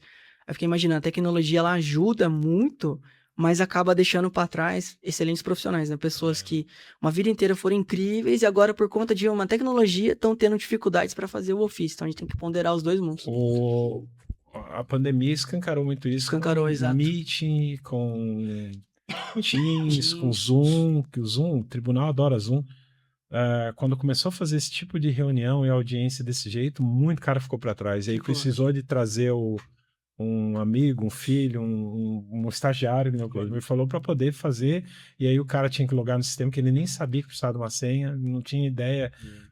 É muito triste. Como ligar a câmera, nada, né? Não, a câmera não estava funcionando. ou fica todo torto com a cara assim. É algo que acontece, As né? pessoas sempre resolveram a vida delas, depois se torna inútil, eu não consigo pagar uma conta, não consigo escanear um QR Code, então É tem complicado. que ponderar os dois mundos. Né? E se você quiser também saber mais sobre o Instituto Pegasus, que Sim, importante é divulgar. você falou também aqui, é @instituto_Pegasus, né? A gente vai deixar tudo isso lá, mas é bom falar também. Todos os links vão estar na descrição aí do nosso vídeo aí. E tem o da banda também, que eu não Da coloquei. banda? Da banda, por favor. Tem que divulgar. Qual é o... @midschoolbands. Mid Mid-school de ensino médio. Mid-school-bands. É na linha da escola de rock que vocês fizeram assim, uma coisa Tem mais a assim, Rafa suave. fala que eu tô parecendo um Jack Black já. Tá parecendo o Jack Black? Tá Um igualzinho? pouquinho, né? Em casa ensaiando fica igualzinho, né? Legal. Ele tá com o cabelinho mesmo, tá parecendo, né? Muito bom. Mas é nessa Black linha da bom. escola de rock mesmo. Né? Eu gosto. Aquele filme é maravilhoso. Aquele filme... Esse é da idade de vocês. Esse Da Disney, né? Esse é. Ó, eu quero agradecer a sua presença, foi realmente muito legal. Obrigado por você abrir tanto da sua vida. Eu já conheci uma boa parte disso já, admiro você. Você sabe bem que eu já falei pro seu pai, já falei para sua mãe, para sua avó, o quanto eu admiro você, da linha de trabalho que você teve, desde o seu estudo, do menino que estudava, era super sério, que minha mãe sempre falou isso também, e o menino que passou na UAB e deixou de ser menino e não continua, deixou de ser menino, mas não deixou de ter aquele espírito do cara que não desiste, então parabéns por isso.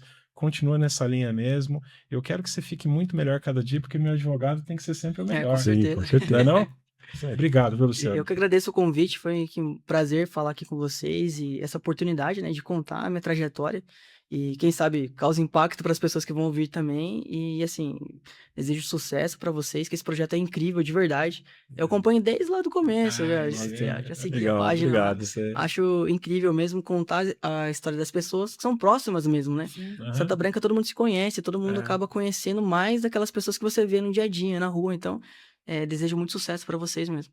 E eu não chamei de Juninho nenhuma vez, tá? Não, Eu fiquei esperando, Doutor Luciano e Luciano. Juninho, em nenhum momento eu chamei. Muito bom. E para você que ficou até aqui, não esquece de curtir esse vídeo, seguir a gente no YouTube, comentar e compartilhar com seus amigos. Segue a gente também no Instagram e também no TikTok. Luciano, Doutor Luciano, parabéns pela sua trajetória, ok? E muito obrigado por comparecer aqui com a gente e trocar essa ideia com o SBcast. Eu que agradeço. Obrigado. Tchau, gente. Até a próxima. Até a próxima.